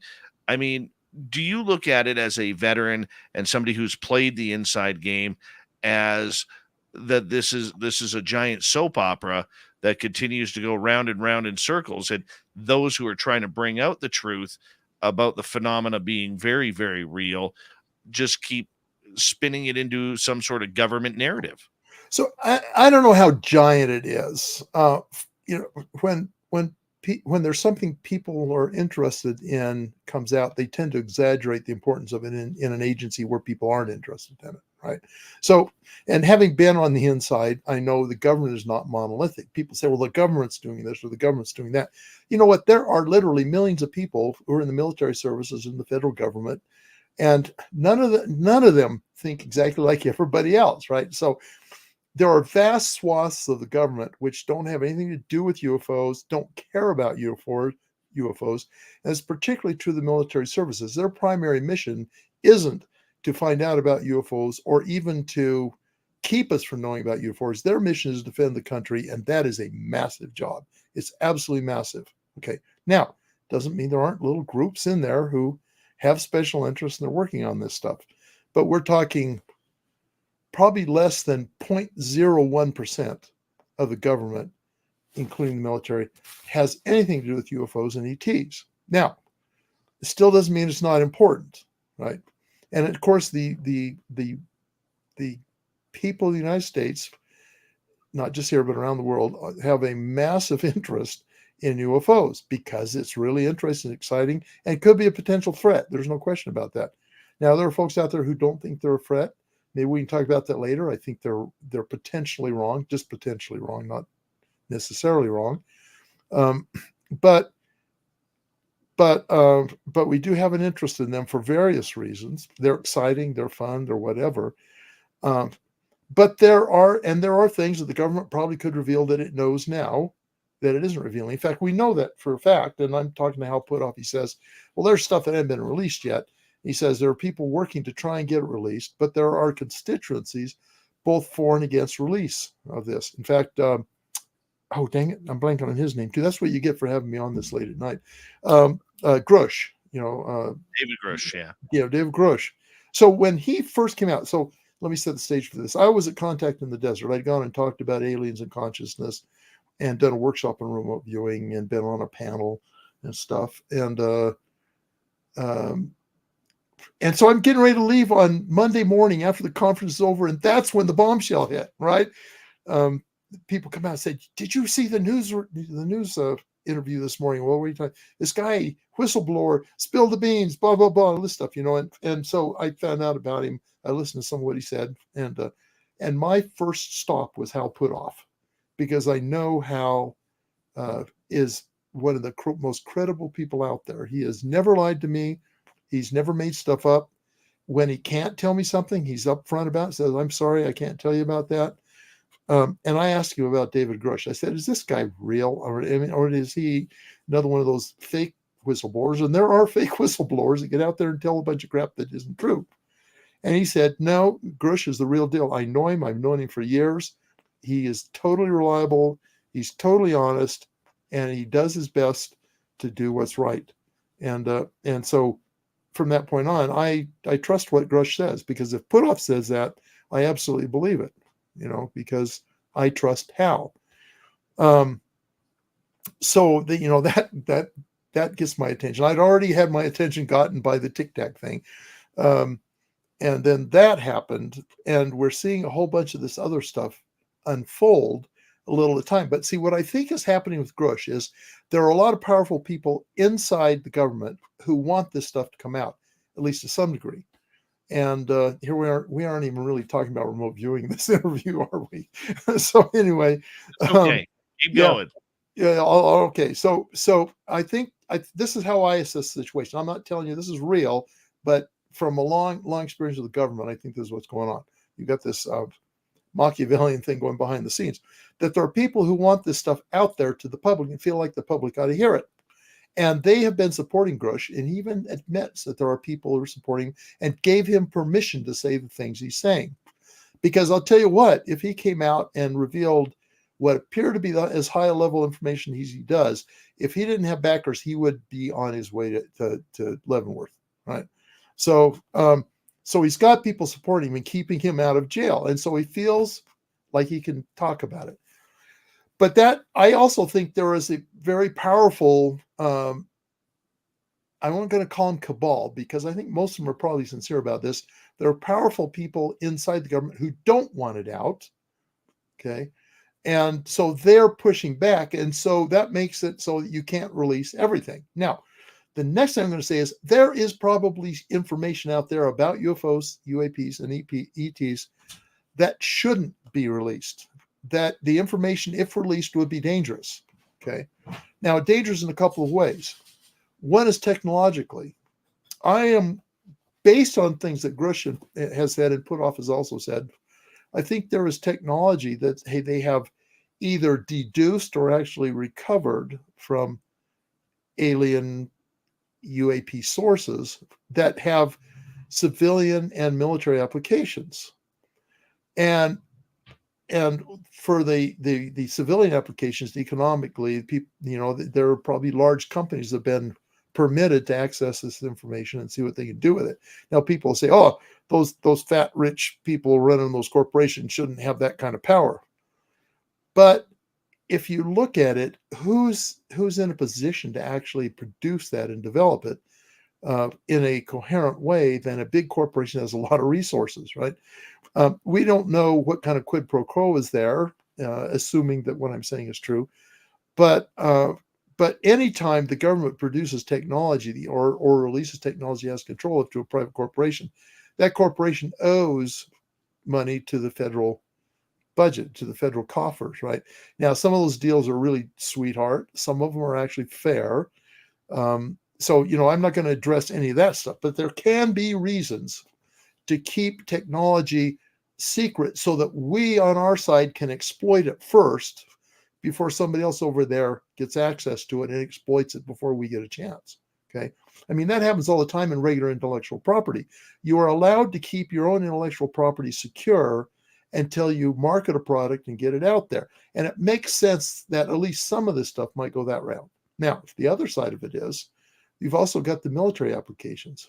And if there is advanced technology that we obtain from these sources and the Russians got it first, do we really want that to happen? Or the Chinese get it first? Do we want that to happen? Or do we want to keep that kind of stuff secret until we can learn how to exploit it properly in our own best interest as a nation?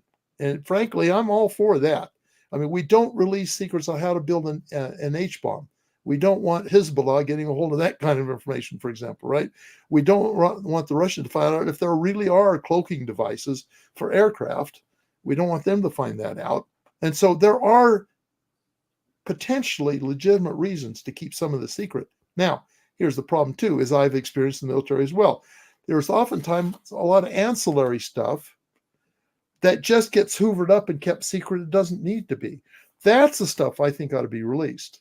The stuff that isn't going to get us in trouble if foreign countries get a hold of it first. Okay, they'll eventually get a hold of it. We want to get a hold of it first, partly because we want to learn how to operationalize it, and then we want to learn the antidotes to it before they learn how to operationalize it. So anyway, that's a bit of a soapbox. Can you tell? I'm loving it. I love it. We got 30 seconds left.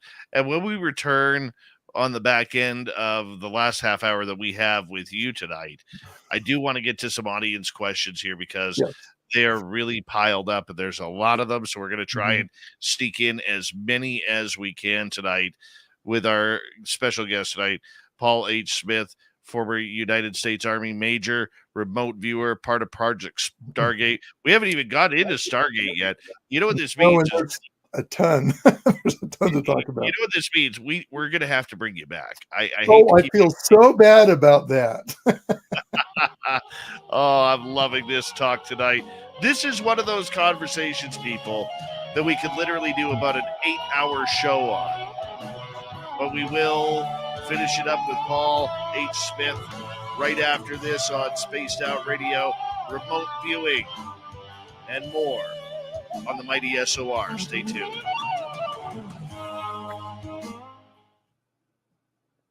After that last 20 minutes or so, I could give you a big bear hug. That was amazing video there.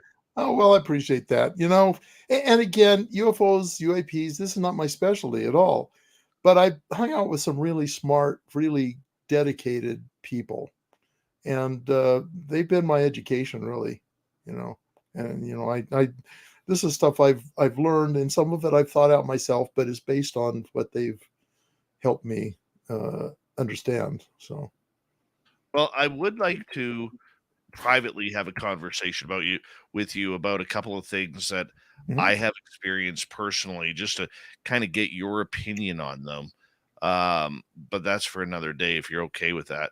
Sure, yeah. When I have time, I am welcome that kind of a get together. So, right. Yeah, Hal Puthoff and Jim Semivan, I just they're mystiques to me. John Alexander scares the daylights out of me. And ever since the first time I ever interviewed him on the show, and he yelled at me twice on the air, I thought it was great, but he intimidated the hell out of me. John's got to be a bit of a curmudgeon, I have to say. He's getting up there. He's surprisingly well preserved, but yeah, once you get to know him, or at least get the goods on him. I don't have any goods on him, but what do you think? What do you think of all these rumors? Once again, we are still live on YouTube, so if you don't want to answer, you're okay with that. I'm okay with that. Well, what do you think about something we want to save for the full audience too? So, what do you think of all the rumors about John, where he's gone to UFO conferences and people have stood up and said, "What were you doing in my experience? What were you doing there?" This has happened about 5 or 6 times at different UFO conferences where he's been called out by audience members who've been taken. That's pretty funny. John is the kind of guy who, just by his very personality, inspires people to suspect him and whatever. I don't know the details here. I'm absolutely sure John was not literally there, nor did he have any kind of psychic influence there.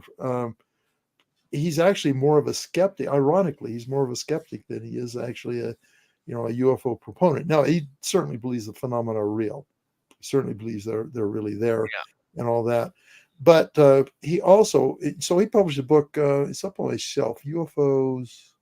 It's a blue cover. I can't remember the full title of it, in which he pretty much said the government doesn't know anything about UFOs. And he believed that. He believed the government doesn't have anything to reveal. It's just got some random facts and stuff. And it doesn't know anything, blah, blah, blah. And in fact, when Grush came out with what he said, about having retrieved craft and all that stuff, I forget who was talking to him, another mutual friend of ours, and said, "Well, John, what do you say now?" He says, "I guess this stuff is real." Oh my. If anybody knows it's real, it's John. Well, I mean, he knew UFOs were real. He didn't believe in the government conspiracy suppressing information.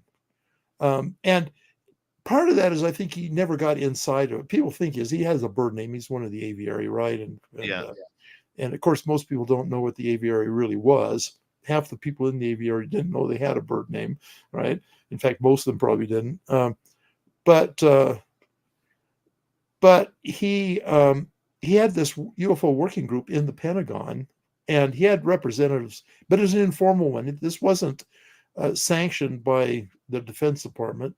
And it wasn't funded in the budget or anything else. This was something that he put together, and he just got an interagency participation from people who were like-minded, that really thought that there's got to be something there. And they attempted to burrow down in to wherever this information was, and he wasn't successful at that.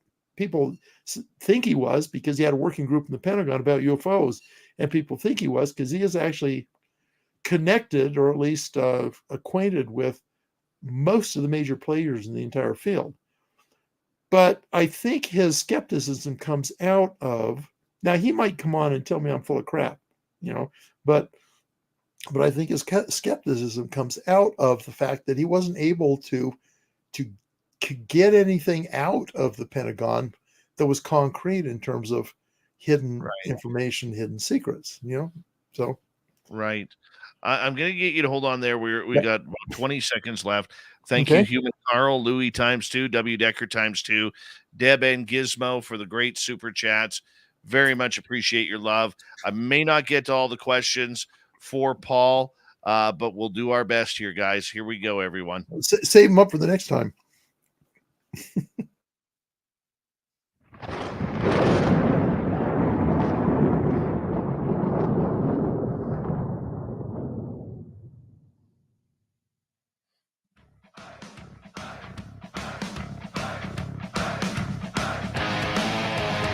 We pass the halfway point of Spaced Out Radio tonight. Good to have you with us. My name is Dave Scott, your host with the most tinfoil. Reminder to all of you that if you missed portions of this show or others, check out our free archives by going to youtube.com/Spaced Out Radio. Do old Davey the favor, hit that subscribe button. Our website is spacedoutradio.com. We have a plethora of features for you. Rock out to Bumblefoot, read the news wire, check out our swag as well. Follow us on Twitter at Spaced Out Radio, Instagram at Spaced Out Radio Show, and on TikTok at Spaced Out Radio. Here we go. Final half hour with Paul H. Smith, remote viewer, former U.S. Army Major, retired. Thank you so much for joining us, Paul. This has been quite an experience. Well, thank you. Before we get into questions, can I do this? Or will you allow me to do this? Can I show my book? Absolutely. Tell us about your books. Whoops, I don't know how to do it. Okay, so The Essential Guide to Remote Viewing, the secret military remote perception skill anyone can learn. The reason I'm showing this is because I know I'm going to get some questions. Just to let you know, if your question doesn't get answered, I'm guessing some of them at least will be answered in this book. The reason I wrote this book is for people who just were finding out about remote viewing and wanted a no-nonsense, non-sensationalized way to learn about remote viewing. And I anticipate, I've been asked a lot of questions about remote viewing over the years. And in the course of this entire, going through this process, I answered probably a lot of them. Well, no, not just probably, I answered a lot of them.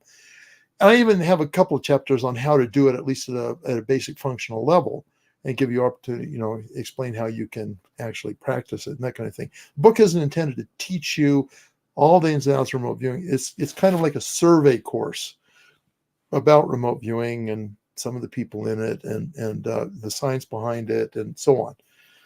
So you might find it interesting. Or if you have family and friends, you're a remote viewer yourself, but your family and friends are skeptical, this is a great book for them. The people who may not believe in this stuff, and this is a way to actually get them starting to thinking seriously about it. So The Essential Guide to Remote Viewing. Awesome. Thank you for that little plug there. Appreciate that. I want to ask you, are you one of the characters in the movie The Men Who Stare at Goats? No, but they did use some of my art. You can see a couple of my paintings behind me. I was inspired to get into what's called cosmic art by Ingo Swann, and they licensed some of my paintings and my logo. The all-seeing eye is the logo for my company, and then kind of did a mishmash of it, and it's in the background behind George Clooney as he's talking about some of the things he talks about in the film. So yeah, because I remember John saying, when I talked to John last, we were talking about that. I'm like, which one was you? He's like, well, it was kind of a hybrid. Yeah, yeah, that's true. Kind of a hybrid. So I should say there may be one character in there, and that is the guy that plays Dwight in The Office. I can't remember who the actual actress. No, I'm sorry. Yeah, it might be him. One of them might have some relation to me, but I'm not claiming to be a character in the movie. Oh, that's too bad. Let's get to some Well, audience questions. maybe it's a good thing. True. Let's go to Amy. Did your remote viewing result in any military action? Now let me think. Well, I can't tell you all of it because we didn't get feedback on everything we did. In fact, probably only about, I can give a rough 20% did I ever find out what the target was. So I can't say everything, but I can say a few things. And I'll have to think some more about this. But so when Reagan ordered the attack on Libya, they sent in a bunch of F-111s to bomb Gaddafi's palace. It was after the Libyans had blown up a nightclub in Berlin and killed a bunch of American soldiers. This was kind of retaliation for that. And they'd had their fingers in the pie of a lot of trouble that had been going on in Europe and elsewhere. And so this is kind of retaliation. Well, there are some one of my colleagues says that we were used to set up the bombing plan and all that kind of stuff. That's not true. The actual documents from that project are available now in the Stargate archives. In fact, let me say this: people write Stargate Stargate as one word. That's the TV show, right? Stargate. The real name is STAR space uppercase GATE. It's two words, and people always write it down wrong, and people get confused because Stargate, one word, is the TV show and the movie. Stargate as two words is actually the name of the program. So those of you out there who are going to write this down sometime, put down two words and I'll be much happier with you. So anyway, what is in there is that one of the F-111s went down. I think it got hit by a Libyan missile and went down into the ocean, and it turned out. And we were tasked to do two things: to check the bomb damage assessment, see if we could describe what had actually happened, and the other thing is to try and find that F-111. Okay, and so I actually just thought of another example too. So the F-111 went down, and I described it being underwater. Okay, now remember, I didn't know what this target was, but I picked up an airplane and it was underwater on the bottom of the ocean. Okay, without having any front loading as to what the target was. And I know that they undertook search and rescue based to some degree on our information. Okay. So how successful, I don't know. Again, we didn't get feedback on it. We only found out afterwards that it was looking for the F-111 and doing the BDA on it, on the raid.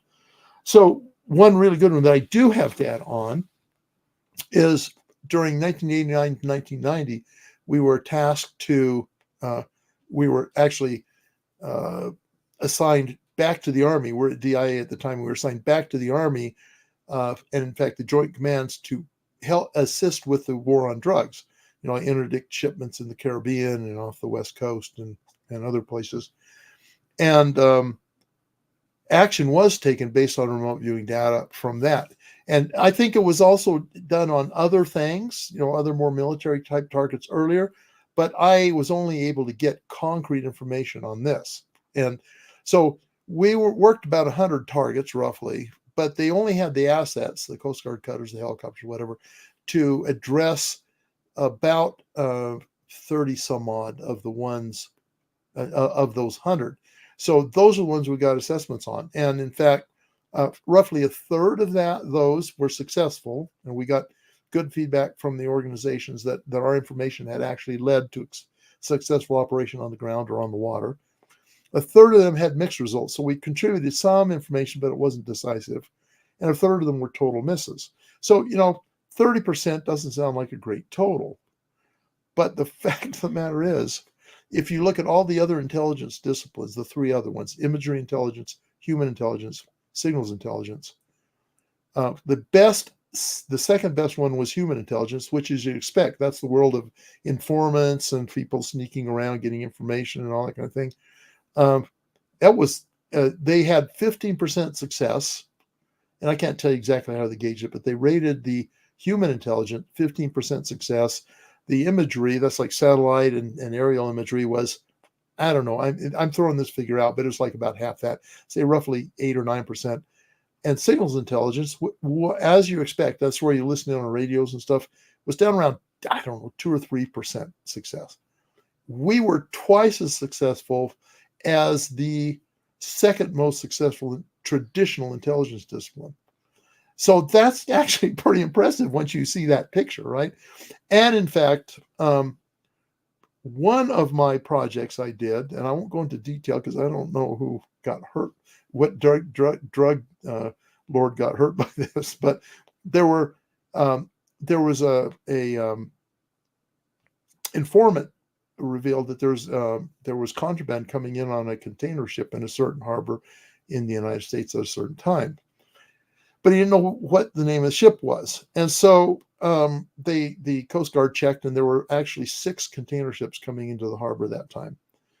And so they had me remote view which ship it was and where on the ship the contraband was. And in fact, I started off not even those ships, right? I ended up drawing a sketch of a side of a container ship and then doing a 3-dimensional cut on it and pointing to a specific area on the cargo where this contraband was. And the Coast Guard stopped that ship. I assume it's the Coast Guard. I don't suppose it was the Navy, but I think it was the Coast Guard. Stopped that ship, broke into the cargo at that point, and found a container full of contraband. Oh, wow. So that was the case where they took action, and it turned out to be successful. So, yeah. And there, I know there were many others. In fact, there were some before my time that turned out to be successful as well. We had, in the time before I ever joined the program, and it had been going on for about 4 or 5 years, we had one intelligence community first, which is like the scoop in the newspaper world. We produced information about something. It was in Cuba. It had something to do with a Russian unit in Cuba that no other intelligence agency had identified yet. And we identified it first and produced information on it. And that was then confirmed. So, and there was a bunch of others. I could go on about this for a while, but yes, we did actually use it. And, ironically, when the program was revealed on Nightline on November 30th of 1995, Robert Gates, who was at that time a former CIA director and later became Secretary of Defense, Gates said he knew of no instance where remote viewing had ever contributed to anything, any policy maker or policy decision, which implies action or on the ground or whatever. He knew of no instance. That might be true because he wasn't paying attention, but there were plenty of instances that he would have been in a position to know.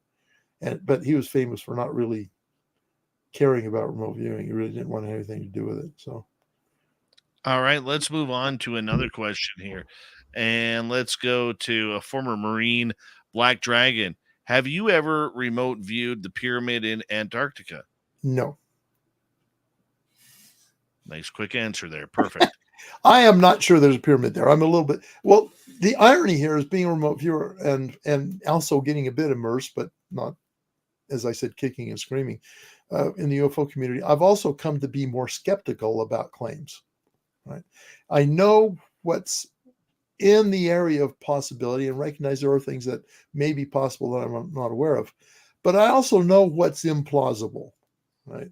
And a lot of the claims made out there about so-called paranormal things, I just find implausible, and I don't find the evidence convincing. It's usually it's some kind of verbal report from somebody who claimed to have seen something, and to me that's not strong evidence because I know how misleading eyewitness evidence can be, and so there's tons of things I could spend my time doing that I just don't give a lot of credibility to.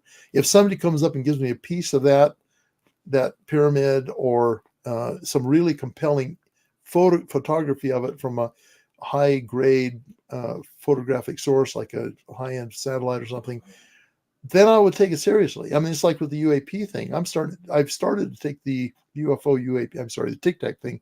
I started to take the UFO UAP thing more seriously because now I have evidence that gives some substance to that. And well, there you go. All right, let's continue on. Love this question from Rayfin. What about Major Ed Dame's predictions about the kill shot? What's your thoughts on that? Well, of course, he's talking about a CME, what does that stand for? A mass coronal ejection, whatever that stands for. And those things are possible. I mean, we had one in the 1800s. We've had, every so often another one comes around.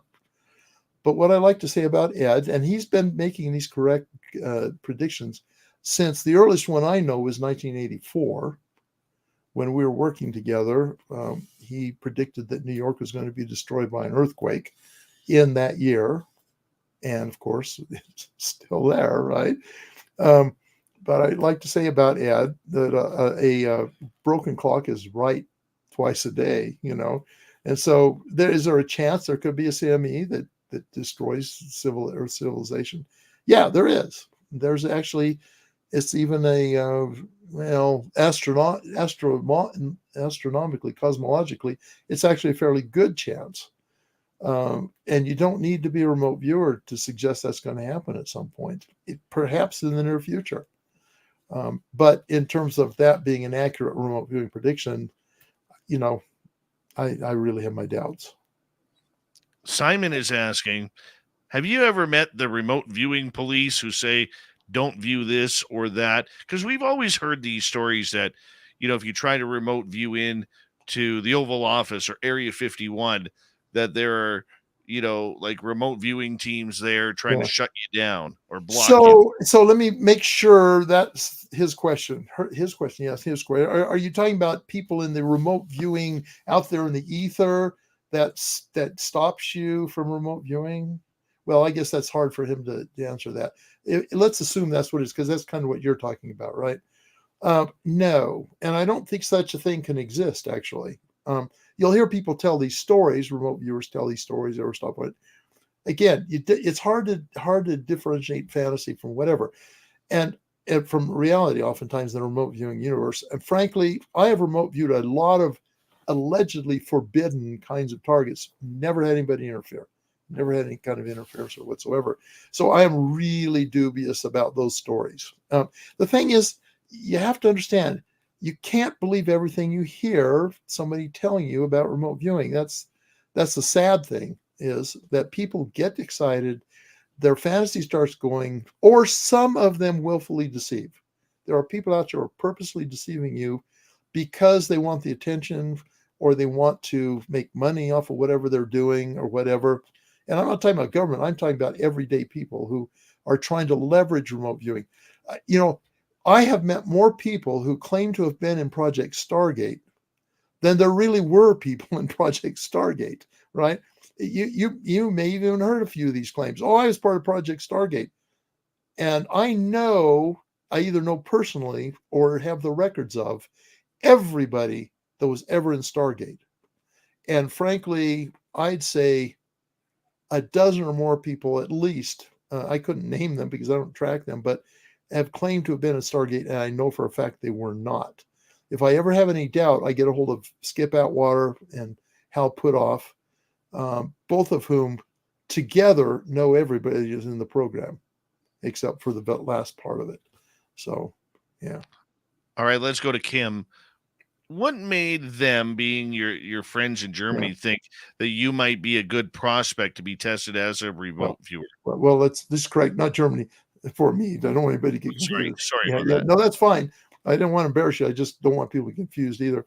So I talked about this at the top of the program, and it's possible that Kim wasn't there at the time, but it's just because they'd been watching me. So they I'll add a little bit more to the story. So I was not aware that I was living next to a remote viewer and next to the guy who's the operations and training officer. I had no idea. I never even put the words remote and viewing together at that time. What I didn't know also was that they actually had a new contract with SRI to teach three new remote viewers to recruit people and then train them remote viewing to use them to replace the folks who were being cycled out because they'd reached the end of their tours. And so they purposely wanted to find somebody, but it's really hard to advertise. You don't advertise, especially back then when it was a black project that nobody's supposed to know about. You didn't advertise wanted remote viewing trainees, right? So they had to evaluate the circle of friends, people they knew, and they got to know me and realized I was involved in art and all the things I said, music and all that kind of stuff, which are creative pursuits. And so they checked my background and discovered that, I was a stand-up officer. I did what I was supposed to do, and I did it well. And then I had these other capabilities that were correlated with success at remote viewing, because they were looking for, these are essentially right brain, to speak simplistically, but essentially right brain activities, and right brain and remote viewing is certifiably right brain centric. And so if you had somebody who already was right brain in some of their pursuits, unlike most left brain Army officers, that was an indicator right there that I was at least worth checking out and giving a chance. Okay, let's continue on. We got about 4 minutes left here. Oh, Let's go to Jules here. Which do you prefer, blind or front-loaded targets? Is front-loading a shortcut or an impediment to the signal? so I was all set for the lightning round, but this is not going to be conducive. Okay. Viewers should never be front loaded, ever. And the reason for it is, well, I say ever, there might be occasional purpose, and the front loading has to be really carefully done. But the reason is because if you know what the target is, then your left brain starts making all kinds of crap up, and it generates this huge amount of noise. It starts guessing. It starts bringing in things you already know about the target. It starts speculating on why they want you to remote view this target, et cetera, et cetera. It just starts generating huge amount of noise. And as you say here, an impediment to the signal. It is absolutely an impediment to the signal. It makes it very hard to remote view accurately if you know what the target is up front. Continuing on here, let's go to Gizmo. When remote viewing, can you pick up on smells and taste, or hot or cold? Absolutely. People, remote viewing, I think it should have been named remote perception, because remote viewing is actually kind of a cocktail of different apparent sensory perceptions. I say apparent because these things aren't coming through your senses. It's like your sensory processing centers in your brain get activated by some distant stimulus that doesn't involve going through your senses. Okay, so yes, you can pick up smells and tastes and tactiles and sounds. I got to think of all these things, and of course visuals and temperature and all that stuff. Now, it doesn't always come in as if you're feeling something or if you're seeing or tasting something. Oftentimes it comes in as if you just suddenly know that's there, which I think is activating sensory systems centers, but gets passed through a less conscious process in your brain, into your mind, your awareness, your perceptual awareness. And so, yes, you can detect those things. Sometimes you actually do detect them quite vividly. More often, it's more subtle or muted signal. And sometimes it just is there. You know it's there, but you don't know how you know. So, all right, we got 2 minutes. We'll sneak in one more question here. And this one, we're going to pick Griff here. Griff is asking, are some people prone to pick up remote viewing easier than others? yes. Now, it's a very democratic skill. The research at SRI showed that just about anybody could do it. Now, of course, just like any other complex human skill, they do it at different levels, and they pick it up quicker than others. And I don't think it's a matter of you knowing. I don't think it's a matter of you having a talent to remote view so much as you have a talent for learning. Okay, and I think that's where the key is. A lot of people already think they know stuff, and they come in and they have this block. And Frank Herbert in one of the Dune books said, thinking you know something is a guaranteed way of, I'm paraphrasing, thinking you know something is a guaranteed way of not learning anything, right? And if you come in with preconceived notions, that will get in your way. But also some people just have more faculty for picking things up and understanding them and operationalizing them than other people do. So yeah, some do find it easier than others.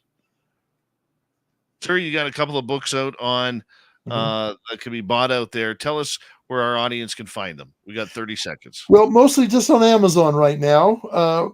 My first book, Reading the Enemy's Mind, is now only available in Kindle or used, if you can find it. The publisher, I tried to get the rights so I could reprint it, and they have it still in Kindle, and they didn't want to surrender the rights. So, okay. That's why I wrote this book.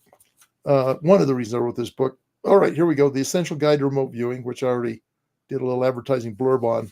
That one is probably most easily available on Amazon. There is a book page for it, but I'll send you if you can buy a signed book off of there. It's called guide to remoteviewing.com. It's also linked to my website, rviewer.com. Beautiful. Sounds like we're going out. Okay. We are heading on Thanks, out. folks. Mr. Thanks. That Paul was great. H. Smith, thank you so much for coming on Spaced Out Radio tonight. Coming up next, Steve Stockton brings us a spooky story from Among the Missing. Then it's the UFO Report with Tim Senor. Hour 3 is next.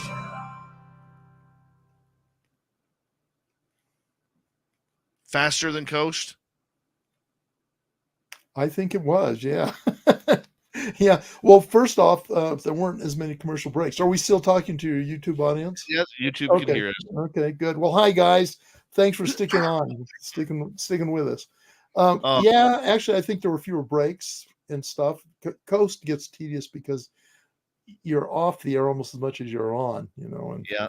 and you let your audience. Well, we didn't get much of an opportunity for that, but you let your audience state their own questions, which is helpful. And George lets his folks come on too and talk, but I don't know. Yeah. You control the narrative less, which is why I talk a whole lot more here. I loved it. I would love to bring you back again soon, my friend. I mean, this was incredible. So you just tell me when you want to come back on, and we can do it, man.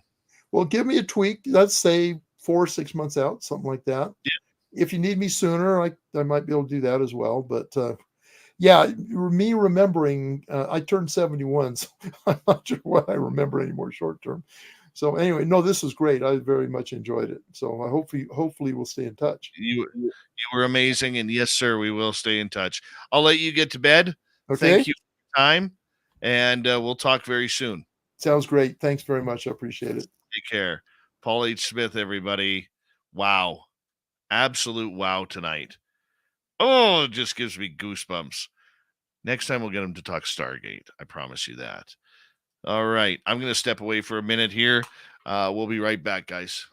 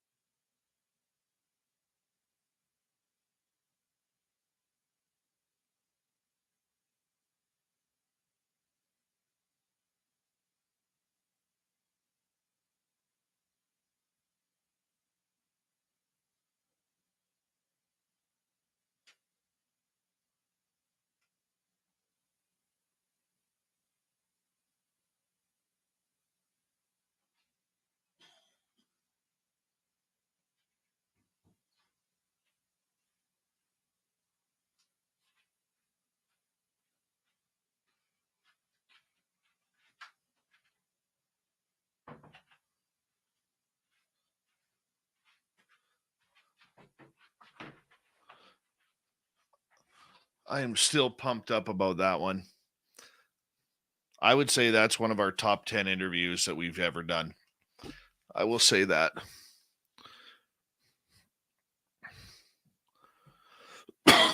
Excuse me.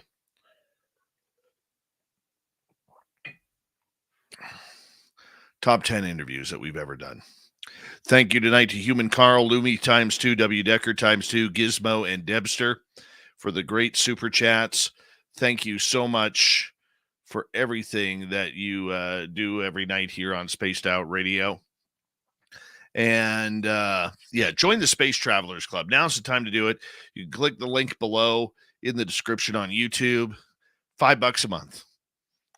And we got some good stuff on there. We do. Shop at our Spaced Out Radio store. And if you're new here, do us a favor. Hit that subscribe button. Ring that bell. We are here 7 days a week for your listening entertainment. Here we go.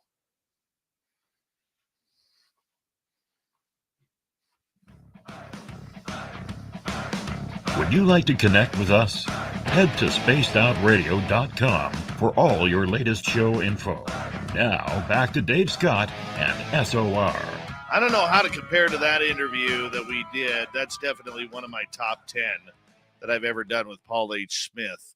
Wow. But we're going to continue on here with hour number 3 of Spaced Out Radio. My name is Dave Scott.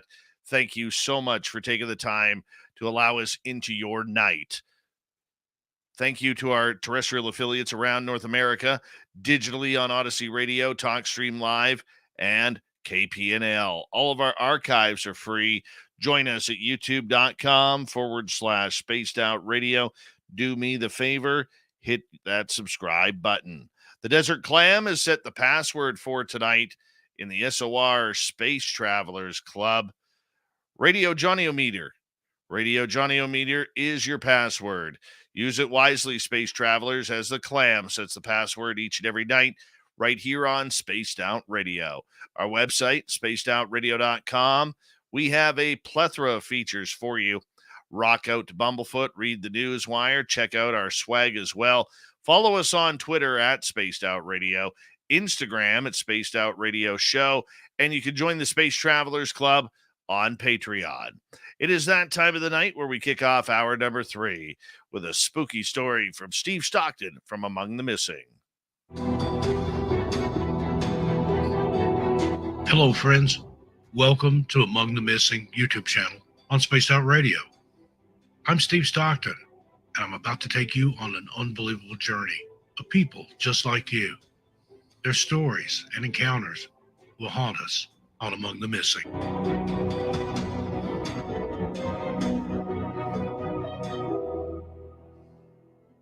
Throughout history, numerous wars have been waged on multiple fronts. In 1862, 3 significant battles of the Civil War took place across various areas of what is currently referred to as the Maryland section, situated along the Appalachian Trail. Many lives, particularly those of soldiers, were lost in the violent and ongoing conflict. The number of soldier casualties was so great that some believe their spirits linger on. Hikers on the Appalachian Trail who passed through these areas have shared eerie stories. There have been reports of ghost soldiers, strange campfires, and the distant sounds of cannon. Some people. Close to the pass where the fighting was intense is the farm of a man named Daniel Wise.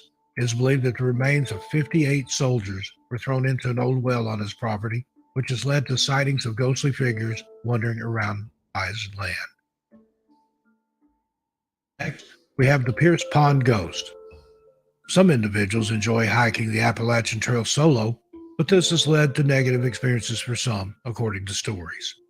One man, for example, was trekking along Pierce Pond in Maine when he encountered 2 shocking incidents that have stayed with him forever. After hiking several miles and camping at different locations, he settled at the Pierce Pond camp area for the night. While enjoying his campfire, he noticed a figure walking nearby. Upon closer inspection, the figure appeared ghostly and resembled a rugged outdoorsman carrying what appeared to be fishing equipment. During that first night, the spectral figure gradually faded into the darkness. The man resumed his hike the next day, only to come face to face with the ghostly figure once more. This encounter was more frightening than the previous, as the figure halted and gave him an unsettling stare that sent shivers down his spine. Without hesitation, the hiker left his campsite, dashed into the forest, took cover behind a tree, and waited until morning. Once daylight broke, he quickly returned to his camp, gathered his belongings, and left the area before nightfall caught up with him again. And there's the story of the Flatwoods Monster. In the summer of 1952, Edward and Fred May, two brothers from Flatwoods, West Virginia, rushed home to tell their mother, Kathleen May, about a strange event they had just witnessed. While playing football at Flatwoods School playground, they saw a bright object swiftly fly across the sky and land on a nearby farmer's property. Ms. May and her sons, along with some other boys from the area, were curious about what had occurred on the neighbor's land and went looking for answers. As the sun set, they noticed an unusual object in the woods. According to Andrew Smith, the executive director of the Braxton County CVB and curator of the Flatwood Monster Museum, the thing had an odd shape. It was emitting a red glow accompanied by smoke or steam. During this adventure, 17-year-old National Guardsman Eugene Lemon witnessed a pulsating light and directed his flashlight toward it. He spotted a, quote, 10-foot monster with bright eyes, a blood-red face, and green glowing body perched in a tree, end quote. The monster then hissed and floated toward the group, causing Lemon to scream and drop his flashlights. According to newspaper reports, several of the party fainted and vomited for several hours after returning to town. Later, Ms. May was quoted as saying that the monster looked worse than Frankenstein. The group turned and ran down the hill, immediately reporting what they saw to the local sheriff. Several men armed with shotguns returned to the scene with Lemon an hour later. According to local reports, they were met with a horrible smell and saw what they described as slight heat waves in the air. Authorities didn't find much, says Smith. What was found was gathered and sent to Washington, D.C., and never seen again.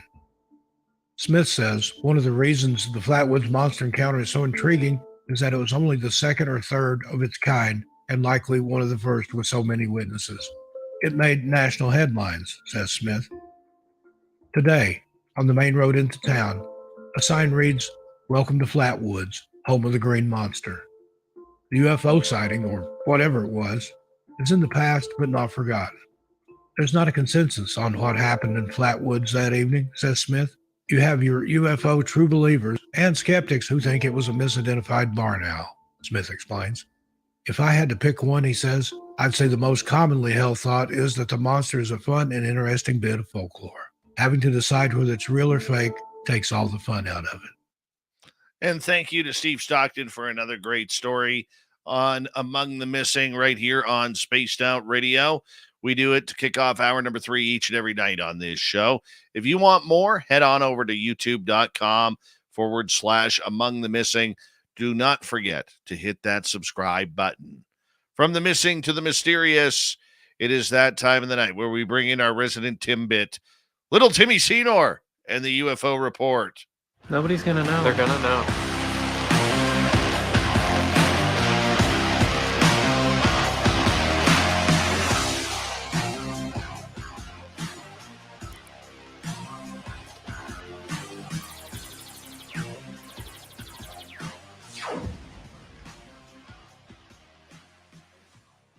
I don't know if you caught the entire interview with Paul H. Smith because I knew you were busy before the show. But, Tim, I got to tell you, that was a top 10 for Spaced Out Radio in our almost 9-year history. That was amazing.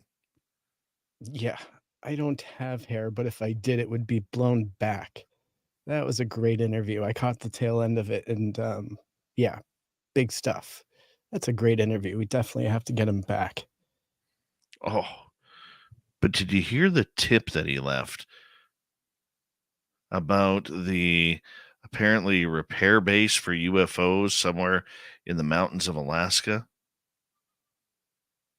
That just, I don't know about you, Tim, but it put my imagination right on track for wanting to road trip up to that area to see if that base exists. I knew you were thinking that.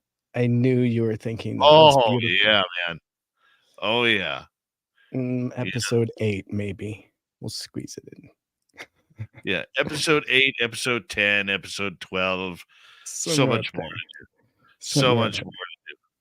Oh man. I'm sorry. I'm just pumped up about it, man. I'm just pumped up about it, and we interview a lot of people on this show, from people who've never been interviewed before to veterans of the military like Paul H. Smith. And you never know when you bring them on for the first time how they are going to react to the host, the questions, the way the show is conducted and everything. And what a pro. Yeah. What a pro. It's a And tough topic too, so and as a host, you just pray that they go into detail and paint that picture so you could see it in your head. And Paul did amazing. It was Yeah. amazing. Yeah. Great stuff. Yeah. 4 to 6 months, we're bringing him back. That's what I'm going to say. Excellent. Let's get to some UFO talk, man. Okay. Apparently, there have been dozens of whistleblowers come forward. Well, some of the numbers are reaching upwards of 24, so, or more even. So, yeah, that's right. Whistleblowers coming forward, giving testimony directly to Congress and the Pentagon and Inspector General. So it's sounding like, despite the growing number of UAP whistleblowers, leaders in the military and intelligence community are fighting for greater disclosure. And so this is a great article coming from the publicsubstack.com. And in August, shortly after the U.S. government UFO whistleblower David Grush gave testimony to Congress about crashed spacecraft and alien biologics, many observers wondered how much credence could be put in his testimony. After all, Grush is a single individual, and the other individuals who testified before Congress were former Navy pilots who said that they had no evidence of a government program to retrieve or reverse engineer spacecraft of exotic and apparently non-human origin. And so now it seems that since that took place, at least 30 other whistleblowers working for federal government or government contractors have given testimony, or at least protected disclosure. And so this is going directly to the Office of Intelligence, the Community Inspector General, the ICIG, also the Defense Department Inspector General, the DOD IG, or to Congress over the last several months. And so, according to multiple sources interviewed by the public, this has been ongoing ever since Grush gave his initial interview and has actually been followed up on. So some of the things that he had mentioned potentially were followed up on, Dave. So when told that whistleblowers had come forward to share information similar to that shared by Grush with Congress, Mick West, a prominent skeptic of UFOs, said, "It'd be very interesting, more people saying the same thing independently kind of makes it likely to be true." So we have yet to see more coming forward, but the Inspector General of the Intelligence Community, Thomas A. Monaheim, on September 15th appeared to deny in a letter to Congress that his office was investigating these claims. Now, Monaheim said that his office has not conducted any audit, inspection, evaluation, or review of any alleged UAP programs within responsibility authority of the DNI, and that would enable a fulsome response. And so, by the way, it's seeming that there's a lot of denial still coming from people that are in power that are pushing against this disclosure. We are seeing that we may see some more pushback coming forward here in the future.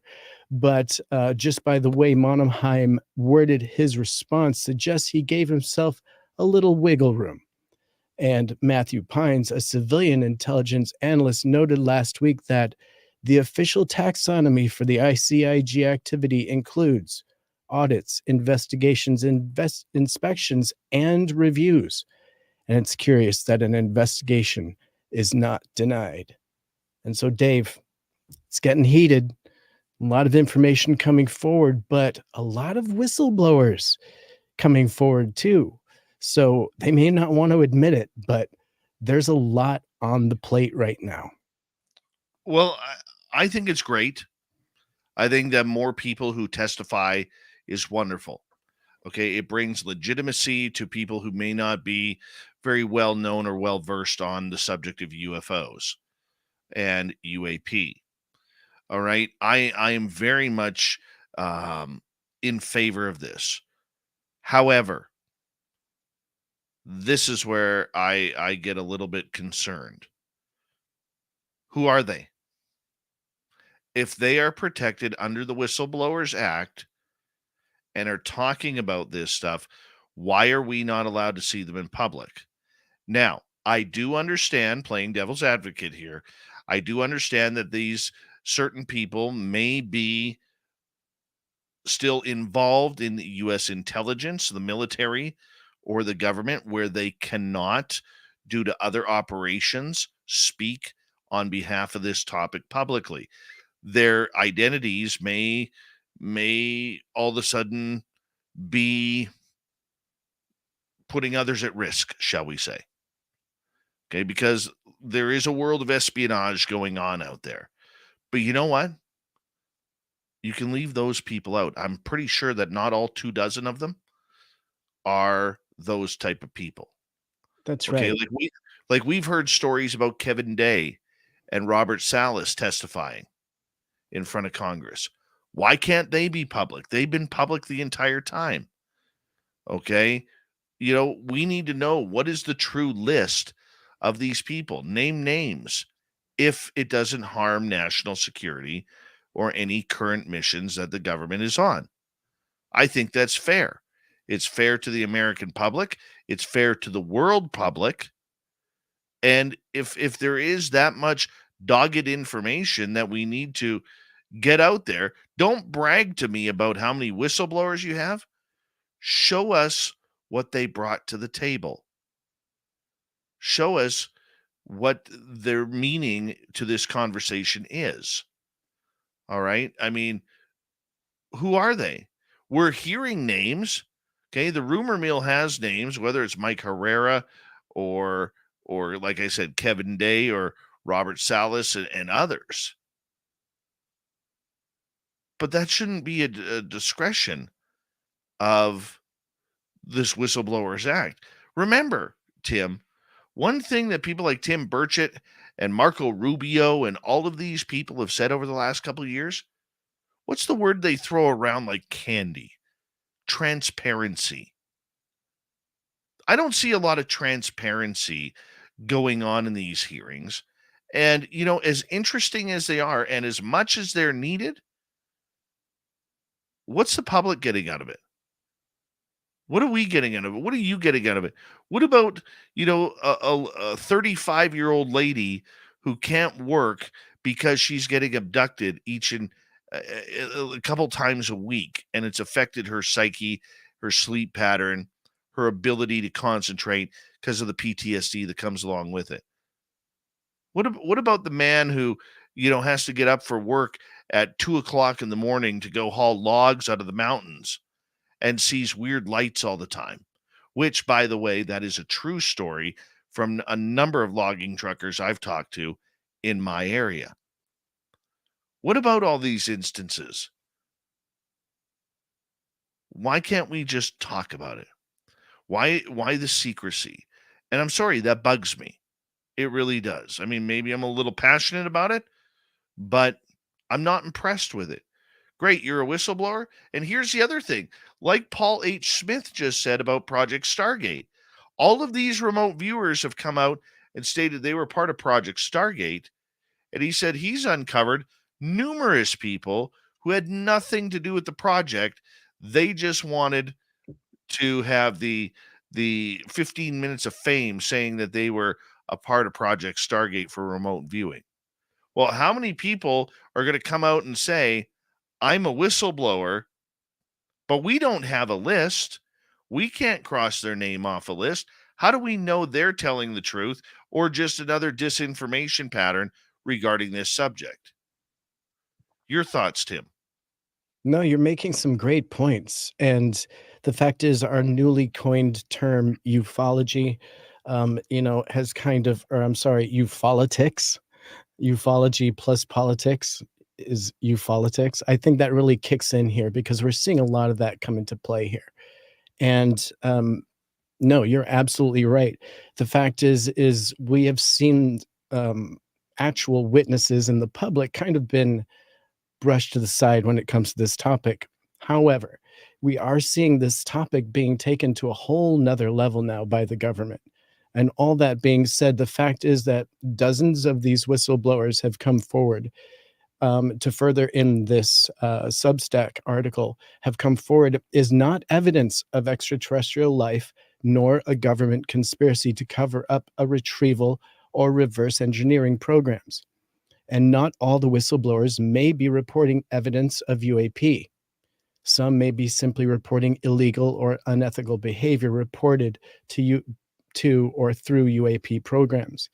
But the sources, who some have asked to remain anonymous, are all in position to know, and told public.com that in addition to the whistleblowers reporting wrongdoing, between 30 to 50 government employees or contractors have gone to the DoD's All Anomaly Resolution Office, or ARROW, to offer testimony directly about UAPs specifically. And in a quote, some witnesses and whistleblowers are coming directly to ARROW, some to the DoD IG and some to the ICIG, and some directly to Congress. So it's looking like many have speculated to whether Grush and other UAP whistleblowers or witnesses might be part of a USO government disinformation campaign.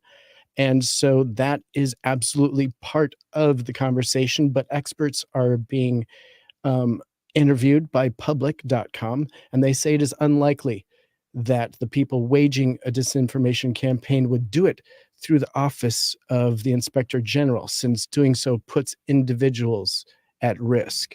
And we know that means long-term penalties. And so it's something to be considered there. The broader context, including Grush's allegations, previous reporting by public.com, and the extraordinary legislation working its way through Congress. And so a former Pentagon appointee under Obama administration said, and to further the quote, "I find it hard to believe that so many individuals would open themselves up to a significant legal jeopardy by willingly lying to the Inspector General." So potentially, there could be a massive conspiracy, but a lot of people in the know don't think so, Dave. So they kind of agree with you. But what we do need is more transparency, and definitely much more for the public.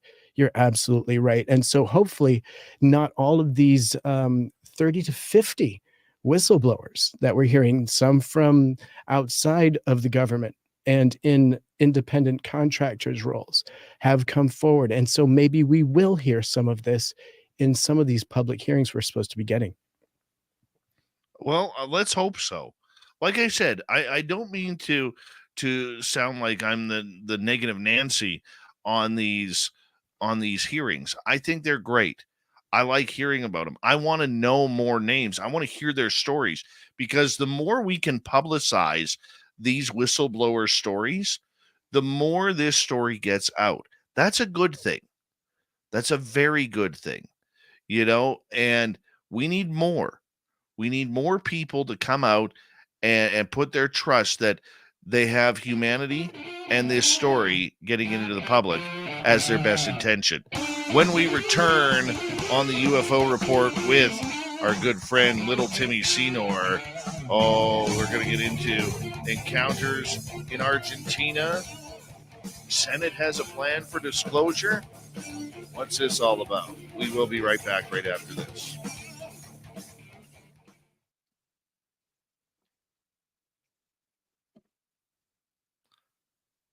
I thought we talked about a story earlier, and I'm not seeing it on here.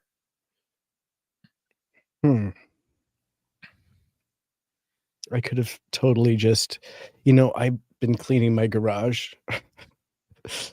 Our water heater took a dive. So Oh no. it's in a bad place in my garage. So I was cleaning my garage so that I could get a tech in there tomorrow. Yeah, no hot water tonight. Cold showers. Ooh, Woohoo. that's not fun. What were we talking about earlier?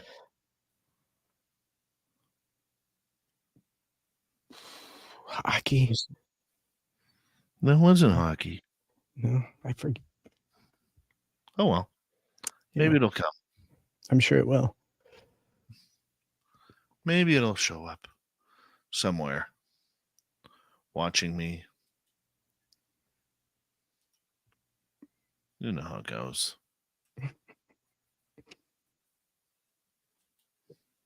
Dude, I made Hungarian goulash. Oh, Never that's made it before. It's so good with these little potato dumplings I made. Mhm. Woohoo, buddy. So good. Definitely gonna put that in the cycle. Family loved it. Yeah, no kidding. Mm-hmm. No kidding.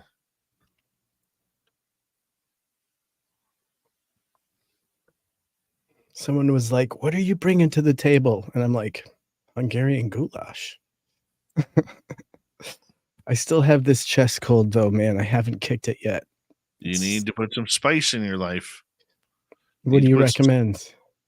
I'm kind of an all natural guy, unless I have to get antibiotics, obviously. but- anything with capsicum in it. What is that? Capsicum. It is a chemical, a natural chemical that is inside habanero and hotter peppers. Oh, dude. Yeah. And what it does is it flushes your system. This guy's recommending hot peppers. Dude, I got a, believe it or not, true story. In 2019, I had bronchitis for 4.5 months.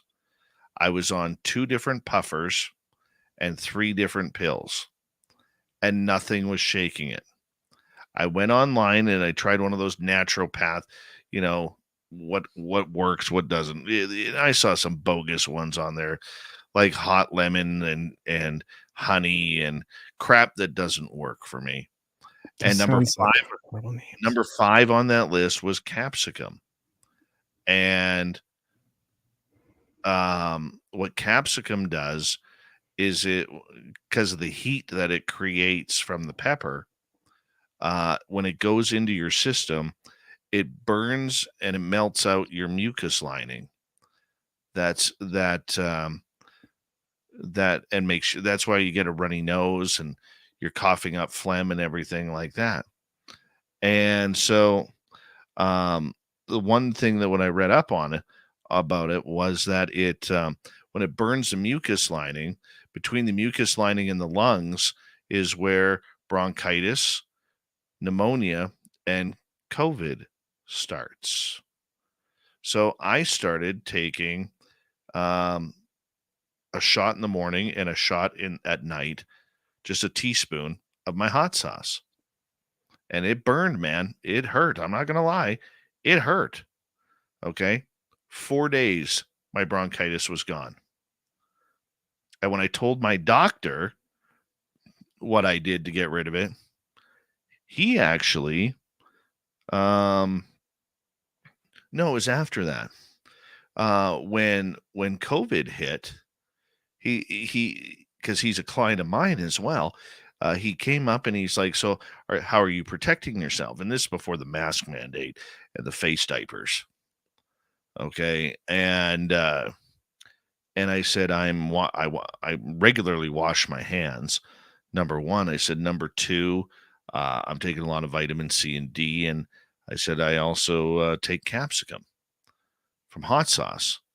And he looked me right in the eye and he went, "Ah, yes, capsicum." He looked me right in the eye and he said, "You'll never get COVID." And I never got it. Nice. What's your favorite hot sauce that you swear by for this? It's a Canadian one. Of course, it's Canadian. It's got blueberries in it. It tastes really good. It burns, but it tastes really good. Blueberry hot You can get sauce. it at Save On Foods if you're Canadian. All right, here we go, everybody.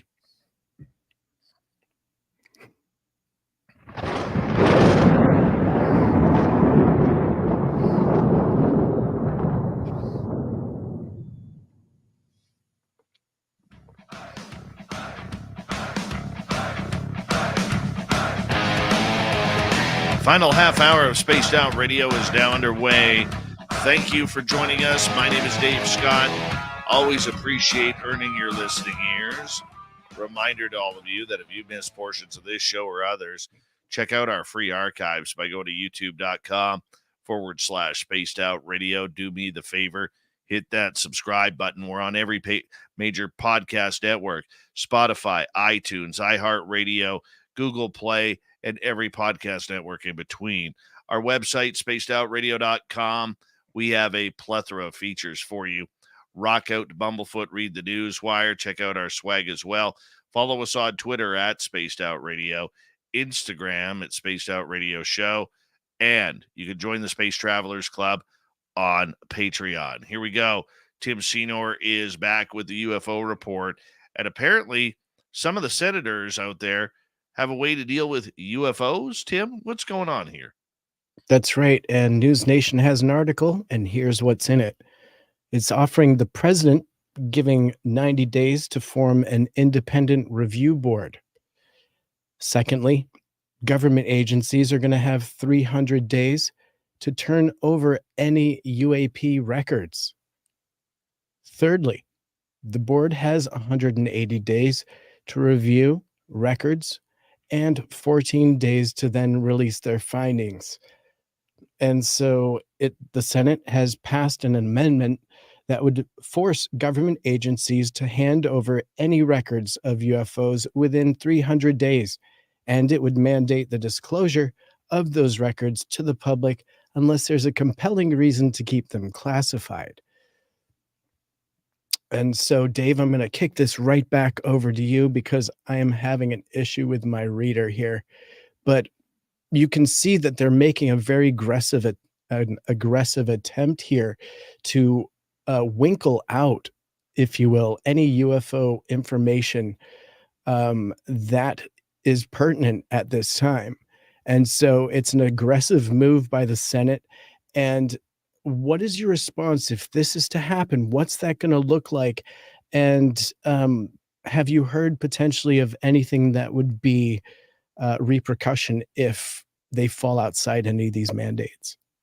Well, what I'm hearing, I mean, this is a story that's just kind of been breaking over the last couple of days here regarding this entire subject. And, with the amendment that passed in July, we're waiting to see how it's written out in the National Defense Authorization Act for 2024. That should be coming up anytime, but the act does say, let's remember, the act does say records or any type of material that has been recovered must be handed over within 300 days. Will that actually happen? If Lockheed and let's say Lockheed Skunk Works has pieces of craft, okay, do you really think that with their pull, they're going to all of a sudden just hand it on over? Or are they going to play stupid and say, it was nothing, it was cobalt, it was manganese, it was lithium, it was titanium, or whatever it may be? Do you really think? I wouldn't hand it over. Not if my future of my military business was all a part of it. And I think a lot of these type of rules that we see coming through on orders like this, I think it's just chest beating, like a gorilla in the African forest, okay, where they are just beating their chest, but they're not doing anything about it. This is one of those wait and see approaches to see how much pull the senators really have. Because remember, the Senate, since Senator Gillibrand's hearings, seems to have really backed off this topic a little bit, at least publicly. And the Congress, led by Tim Burchett, really seems to have taken over this subject. So I'm really not sure if Senate Majority Leader Chuck Schumer or anybody else. I know he's teamed up with Senator Mike Round, so we got bi-party, what's the word I'm looking at? Bipartisan, thank you, representation here on seeing if this actually comes through. But I don't know, Tim. I don't trust it until I see it. We've heard too many secrets from the government, too many cover-ups, and let's face it, they want to control the narrative of how this comes out. They want to control the narrative of what is said and what isn't. They want to end any type of debate that the public may have. It's not about Congress, people. It's not about the Senate. It's not about government. It's about trying to end the conversation in the public. Because if the public starts speaking and people start believing that there are people getting abducted, there are people having encounters with UFOs, we have craft on them, we've remote viewed them, even on the moon, those are secrets that some people are going to want to keep. Well, Dave, it's going to get interesting because while the agencies have 300 days to gather and turn over information, President Joe Biden has 90 days from when the act goes into effect to form an independent review board. So the president is directly involved in this chain. And so the 9-member board cannot include anyone connected to the existing UAP research or programs. They must be completely independent and has to include at least one national security officer, foreign service official, a scientist or engineer, an economist, a professional historian, and a sociologist. Once the agencies have turned over all of their information, the review board then has 180 days to investigate and then must publish its findings within 14 days after the investigation concludes. And so we're going to see that this is bipartisan, and it's been sponsored by Senators Chuck Schumer, Mike Rounds, and as you were saying, it's an effort to bring more transparency to the subject and has definitely captured a lot of attention. Now, we haven't really talked about this before, but this bill was definitely modeled, interestingly enough, after the efforts to declassify the records regarding the assassination of President John F. Kennedy. True. And so it's very similar tactics to getting into that. Now we know how that resulted. And so we are going to hopefully get a better result than that. And so go ahead if you have something to chip in here. Here's the problem, Tim, because there's always a caveat. Okay? Here's the caveat. These offices that are being invited, including the president, the Department of National Defense, or Department of Defense, pardon me, all military branches, the Department of Energy, the DNI, the Library of Congress, and others, when they provide that information to whatever this review board is, guess who still retains ownership of the UAP records? It is those who provide them. Which means, let's say, the Department of Tim Senor has some great information and UFO sightings and videos. You can present those to this new task force, whatever they're going to call it, because they'll probably disband Arrow for this. But it never comes out because you can put on there a classified or a top secret stamp, and it's never going to see the public. So this entire thing that they are building again, it's going to be, if it goes through, it's going to be as untransparent as possible, especially with these entities still holding ownership of the reports, of the videos, of the audio logs, of the photographs, etc. Where do we benefit?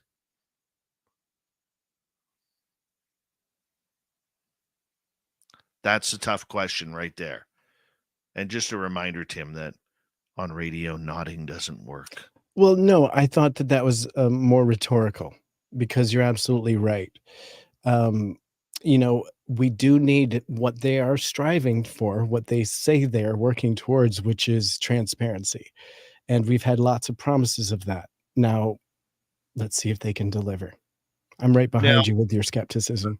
I'm going to give a quote here, because Senator Rounds has said, our goal is to assure credibility with regard to any investigation or record keeping of materials associated with unidentified anomalous phenomena. Relevant documents related to this issue should be preserved.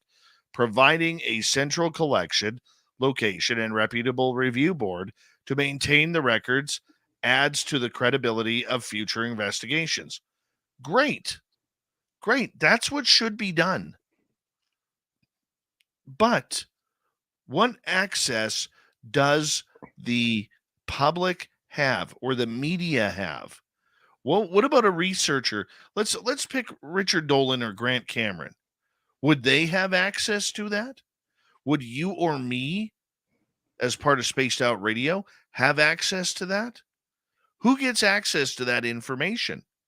And if it isn't the public, what's the point? We already know you've all gathered your information. Okay? We all know that you've already talked about it. We all know that NASA is lying. We already know this. So if you're putting it all together as a puzzle piece, great. Does the public get to share this information? If you are that concerned about the information that is going to come through on this, does the public not have a right to know? Because nowhere in these articles are these politicians talking about transparency on this topic. Who gets access? And just because I'm an elected official who knows nothing about UFOs, I get access, but you as a reporter or a journalist or a researcher or a documentarian don't get access to it? Now, there's a good chance that we are speaking before we're thinking here. And if that's the case, good on them. But I don't see this going public. I think what they're doing is they're building a proper Arrow program where they will have control, not Sean Kirkpatrick, not Enigma Labs. And when they get copies of that information, they're just building another Roman Catholic library that nobody is allowed to have access to at the Vatican. You're literally speaking my mind right now. I was thinking Enigma Labs could potentially be the access point or the Arrow website, but you're speaking my mind. I mean, and the fact is that you have a deep understanding of how they've historically handled this, along with a lot of the people that you work with. And so the fact of the matter is that your skepticism on programs like this is absolutely valid. Just look back at every other government-run program and how they've handled this, claiming transparency on this topic. And you can look at Blue Book as a perfect example. And so low expectations, high hopes. I agree. And nobody should be excited about this. Right? Nobody should be excited about it. We should be excited about the goal that they have, if it even gets to that point. But until that information starts being released to the public, there's no point. Right? We're creating stories on things, on toys that we'll never get to play with. I don't know about you, Tim. I'm 50 years old. I still go down the toy aisle at Walmart. Okay? Because I want to see if there's anything that I want to, play with. And it usually ends up in the Nerf gun section. I will say that. And except for that one time I bought myself a great white shark for my bathtub. These things happen. Yeah. It does happen. Okay? But blocking access, I think we got to be more prepared for that and raise a voice against that than, waiting and see. But that's all we can do is wait and see at this point. And actually, before you switch topics, the other thing that I find is incredibly frustrating on this is getting part of the story only. Whether it's David Grush, a whistleblower, part of the information from special access programs, part of the information is really not helpful, to be quite honest, and sometimes quite distracting. So we need the full story, not just partial stories, and not just a piece of information that leads us somewhere. You can't just say it's as big as it's so big that it needs a building around it. Well, we need more details. Come on, that's just ridiculousness to say out loud. But anyways, please, back over to you, and we can probably kick off our third story if you're ready. We've got about 6 minutes here. Perfect. Let's get to our final story of the night. Awesome. Argentina, September 5th, the tranquil coastal city of Blanca, Argentina, became embroiled in a mystery that has left the local community baffled and raised concerns nationwide. Reports emerged of an alleged confrontation between the military and one or more unidentified flying objects at the Comandante Espora Naval Base, located at the outskirts of the city. And so the incident lasted approximately 23 minutes and has left the local population searching for answers. So the initial reports of the incident reached the Roswell Daily Record, and that's who I'm quoting from right now, through a series of videos and audio recordings captured by alarmed residents. Testimonies from residents in the vicinity of the base claim to have heard gunfire in the sky from dusk until nightfall. And this initially didn't raise too much attention. However, the situation took a drastic turn when the base's commander issued a statement denying any incident and asserting that it was a scheduled training exercise.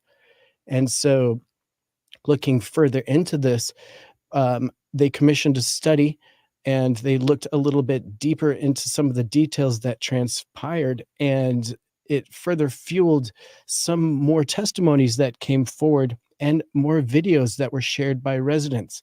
And so it looked like more evidence accumulated to form in the form of security camera footage, audio recordings from eyewitnesses, and statements from military personnel. And so the situation becomes increasingly more perplexing. Additionally, reports emerge from individuals within the base claiming to have witnessed an unidentified object stationed over the munitions area, and that shots were fired at that UFO. Witnesses also claimed that that object fired a beam in response to being shot at, resulting in injuries to several soldiers. So unofficial accounts speak not of one, but of 4 unidentified objects apparently strategically positioned in relation to the base. And so this raised the possibility that the incident was much more than a routine military exercise. So there are other bits of information that came forward, but some people say there was even a helicopter that was scuttled at the same time to get another view on it. However, citizens and officials, along with famous photographers, came forward with evidence and firsthand witness stories. And so the UFO phenomenon continuing to show its face. And Dave, this is actually not that long ago that this took place. This was just September 5th that this took place. So fresh news coming from Blanca, Brazil, and reports of interaction potentially with the UFO over a base and personnel firing at it, and it firing beams that potentially injured military personnel. Big stuff coming from South America, brand new UFO story. What are your thoughts? 2 things. One's a positive, one's a question mark. Okay. Why do these stories from South America seem so graphic compared to the bland pea soup that we get up here? I mean, They are. This is where I want to believe this is happening, Tim.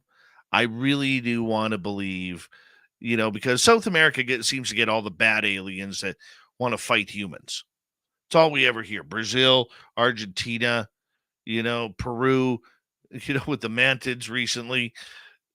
And yet they are so graphic in detail about everything that goes on. It's almost like it's pre-scripted.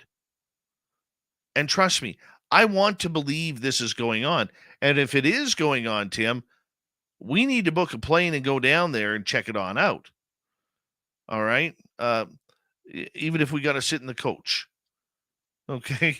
Or in the cargo bay or wherever. But don't you find that odd that how graphic all of these stories are coming out of South America regarding this subject compared to what we get up here? And to me, that makes it hard to believe. It really does. I don't want it to, but it does. Your thoughts? Well, I think that stories get heavily sanitized in, North America and further north. Just simply because, if it's going to be put out into media, it's going to end up being put into rag magazines, a story like this, not a newspaper, or taken seriously.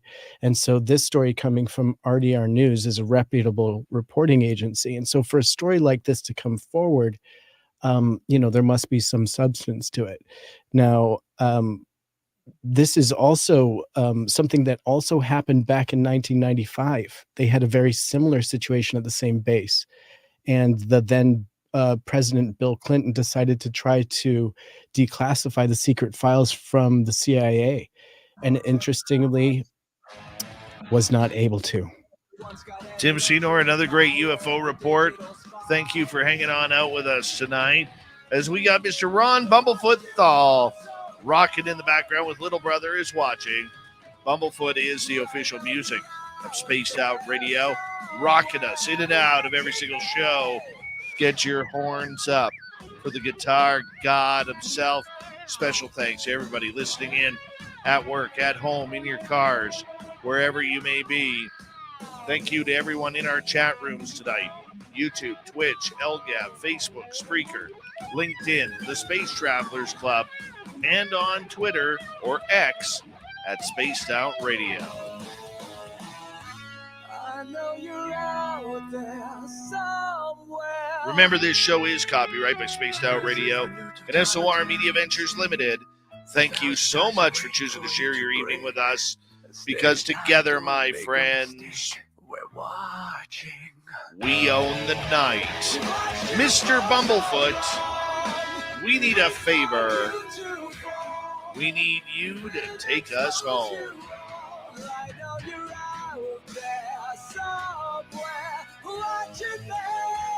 Yes, the Woo train has docked for the night. But soon, my friends, we shall ride again. Seats are always available. Your tickets never expire. And if you want to bring a friend, we've got room for them too. Good night.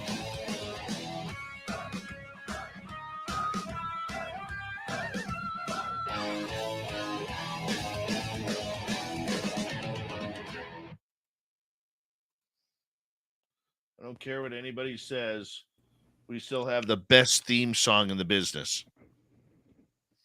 That was a great show. Hey, I just wanted to quickly ask you, Sure. before I forget, are you in for Round Table on Friday? Friday, yeah, sure. I should be around. Okay. Around. Cool. Who's going to be? Don't know yet. Nice. I'll be there. Still waiting. Tim Bitts will be there. That'll be fun. Awesome. I appreciate that. We've got plenty to talk about. I will let you get off to bed, my friend. Oh, I know what we were talking about. Okay, by the way. what's it? So we might as well talk about it after show briefly, since it was a good topic. We were talking about the brand new show, the series, the 4-part series. Yes. Go for it. Well, so I watched all 4 parts of Steven Spielberg's new series that came out today. So, boom. I'm trying to look for the title so I get it right. But I can tell you, I have a mixed review. And I'll just give it to you. Should I? I mean, are we going to do that, Dave? Or yeah?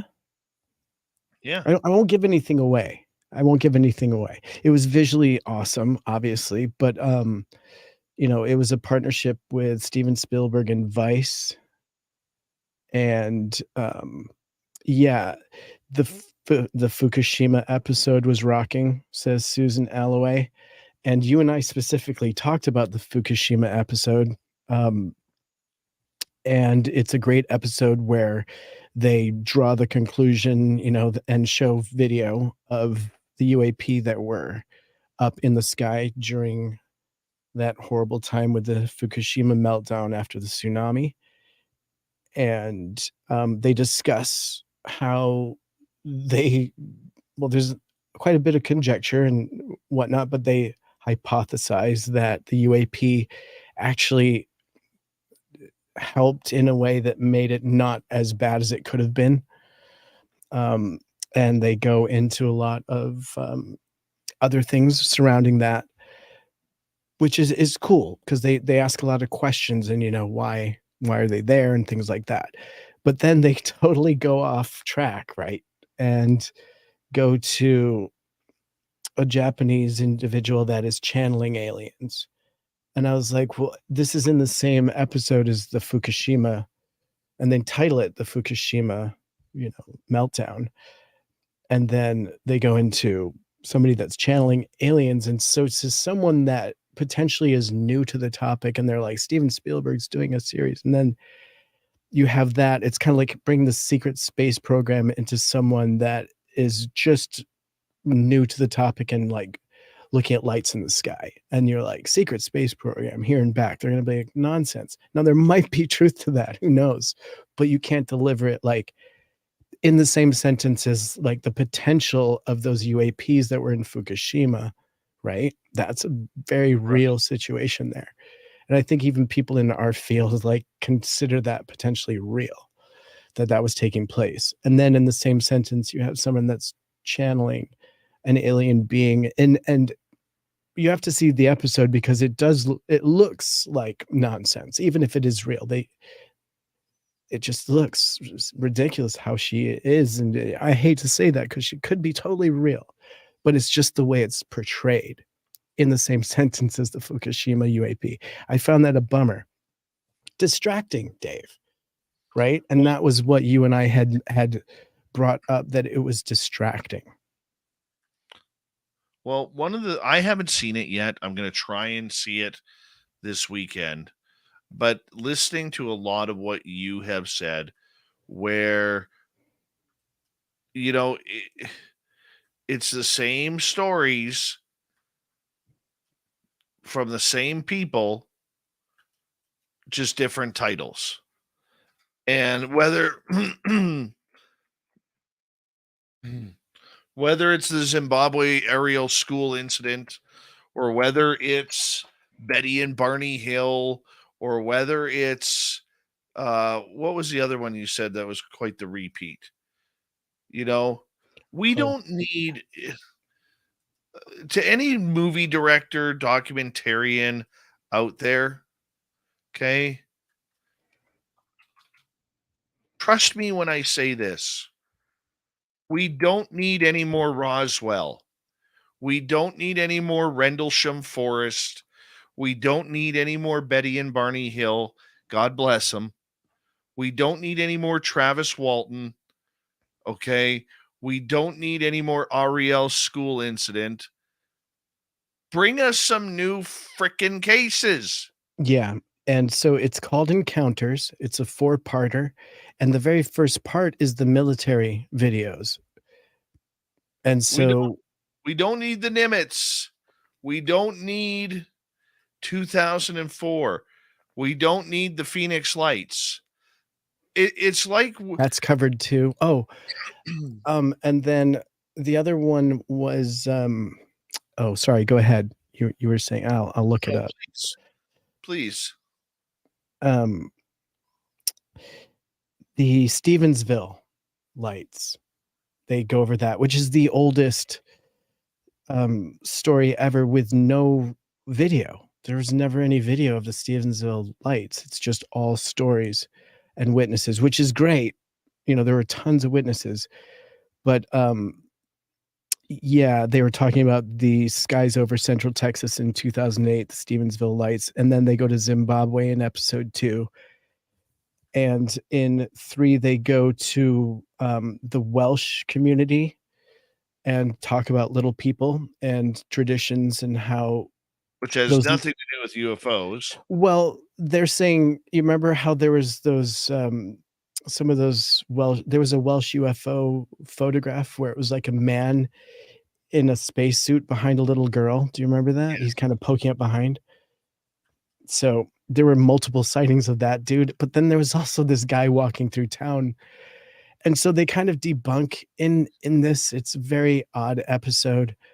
And they also compare the little people to potentially grays and things like that. And a lot of people are saying that historically that could be what that was. And then the lights over Fukushima, obviously, back in 2011, which, you know, there's tons of footage and lots of witnesses. So that is See, that's actually a good great. story. It is a The good Fukushima story. one is a good story. Agreed. Okay. Yeah. The photograph with the astronaut behind the little girl, that's a good story. I disagree. I disagree with your disagreement. Okay. Okay. Yeah. That's cool though. That's why this is great. But you look at our audience. If we polled, there's 194 people watching right now. Okay. If we polled them all, the ones who've had encounters, the ones who've had experiences, okay, imagine the documentary you could do just off the people who have experienced it in this chat room and are watching this channel right now.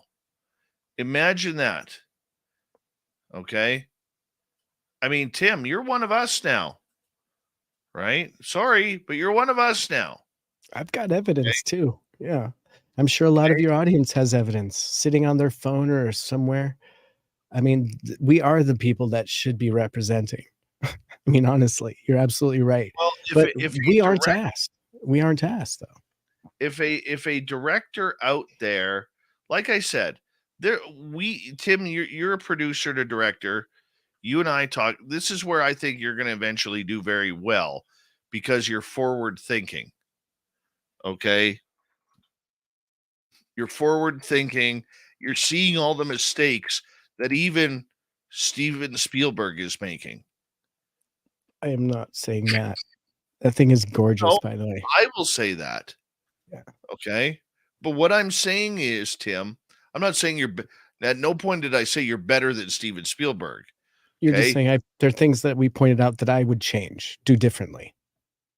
Yeah. What I'm saying is you're seeing things in a different way. Ken Lyn, welcome to SOR chat. She's like, I've seen things. She got aliens. Right? Yeah. But that's what I'm saying, Tim, is when are we going to get something new? And there's good people out there. Like, let's throw something out there right now. Why the hell has Samantha Mowat not had a camera on her for about a month straight for a documentary series? Or just follow her around. Yeah. Yeah. Yeah. She's pretty cool. She just walks to people and touches their lives. It's great. It's cool. She's amazing. Yeah. But the point I'm getting at is, Tim, you knew her for 3 hours and shit started to happen in the field. Imagine if you did a month of that with her. 2 weeks. It's intense. Yeah, she's really intense. And she's quiet. You don't know what she's thinking, and she only talks unless you talk to her. She's like really intense. It's like an oracle. Like I would Yes. compare her to an oracle, very much like that. Oh yeah. And there's a spookiness to it. I think Love said it's spooky. It is a little spooky, but in a really good, positive way, because she's such a positive person. But she's also the kind of person that sees darkness around, but just doesn't say it. Like I think she keeps it to herself, some of the darker stuff. She gets scared. She's just one tough little pixie. Hi, Bombshell Bomber. That's the coolest thing you could possibly say about her. That's great. Yeah. Tough little pixie. That's cool. Yeah. I want to be a tough little pixie. Jeez. One of these days, maybe.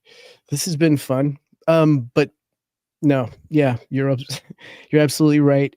I would definitely like to just see less distraction when it comes to this topic, because even the really good articles that we've seen come out, you get like this piece of good evidence and you're like, okay, look, we can actually hold this up. And then in the same sentence, Jaime Maussan will hold up a mummy that's made of cardboard. And you're like,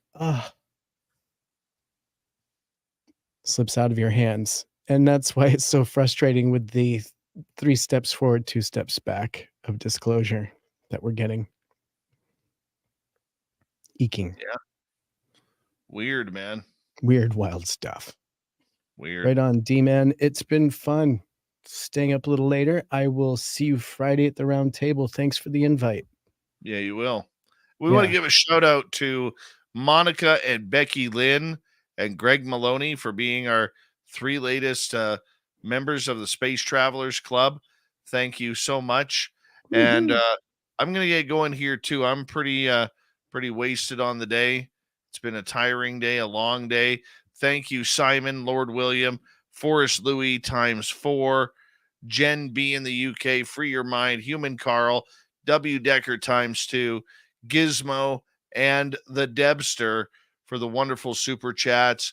Tomorrow night on the show, Varla Ventura returns for our Cryptid World. We love our Varla. She will be in Reno as well for our fan party. So make sure you sign up for that pretty darn quick for May's event. And Tim, we'll see you soon, bud. UFOlitics.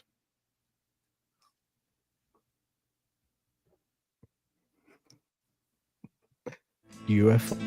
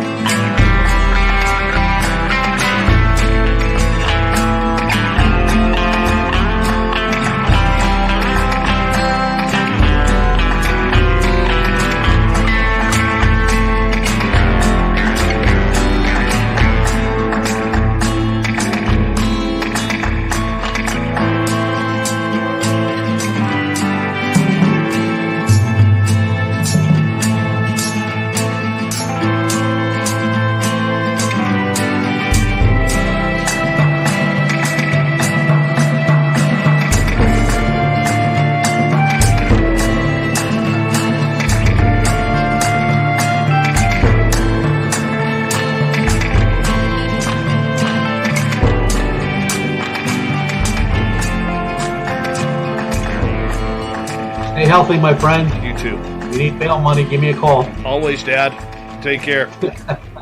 You too.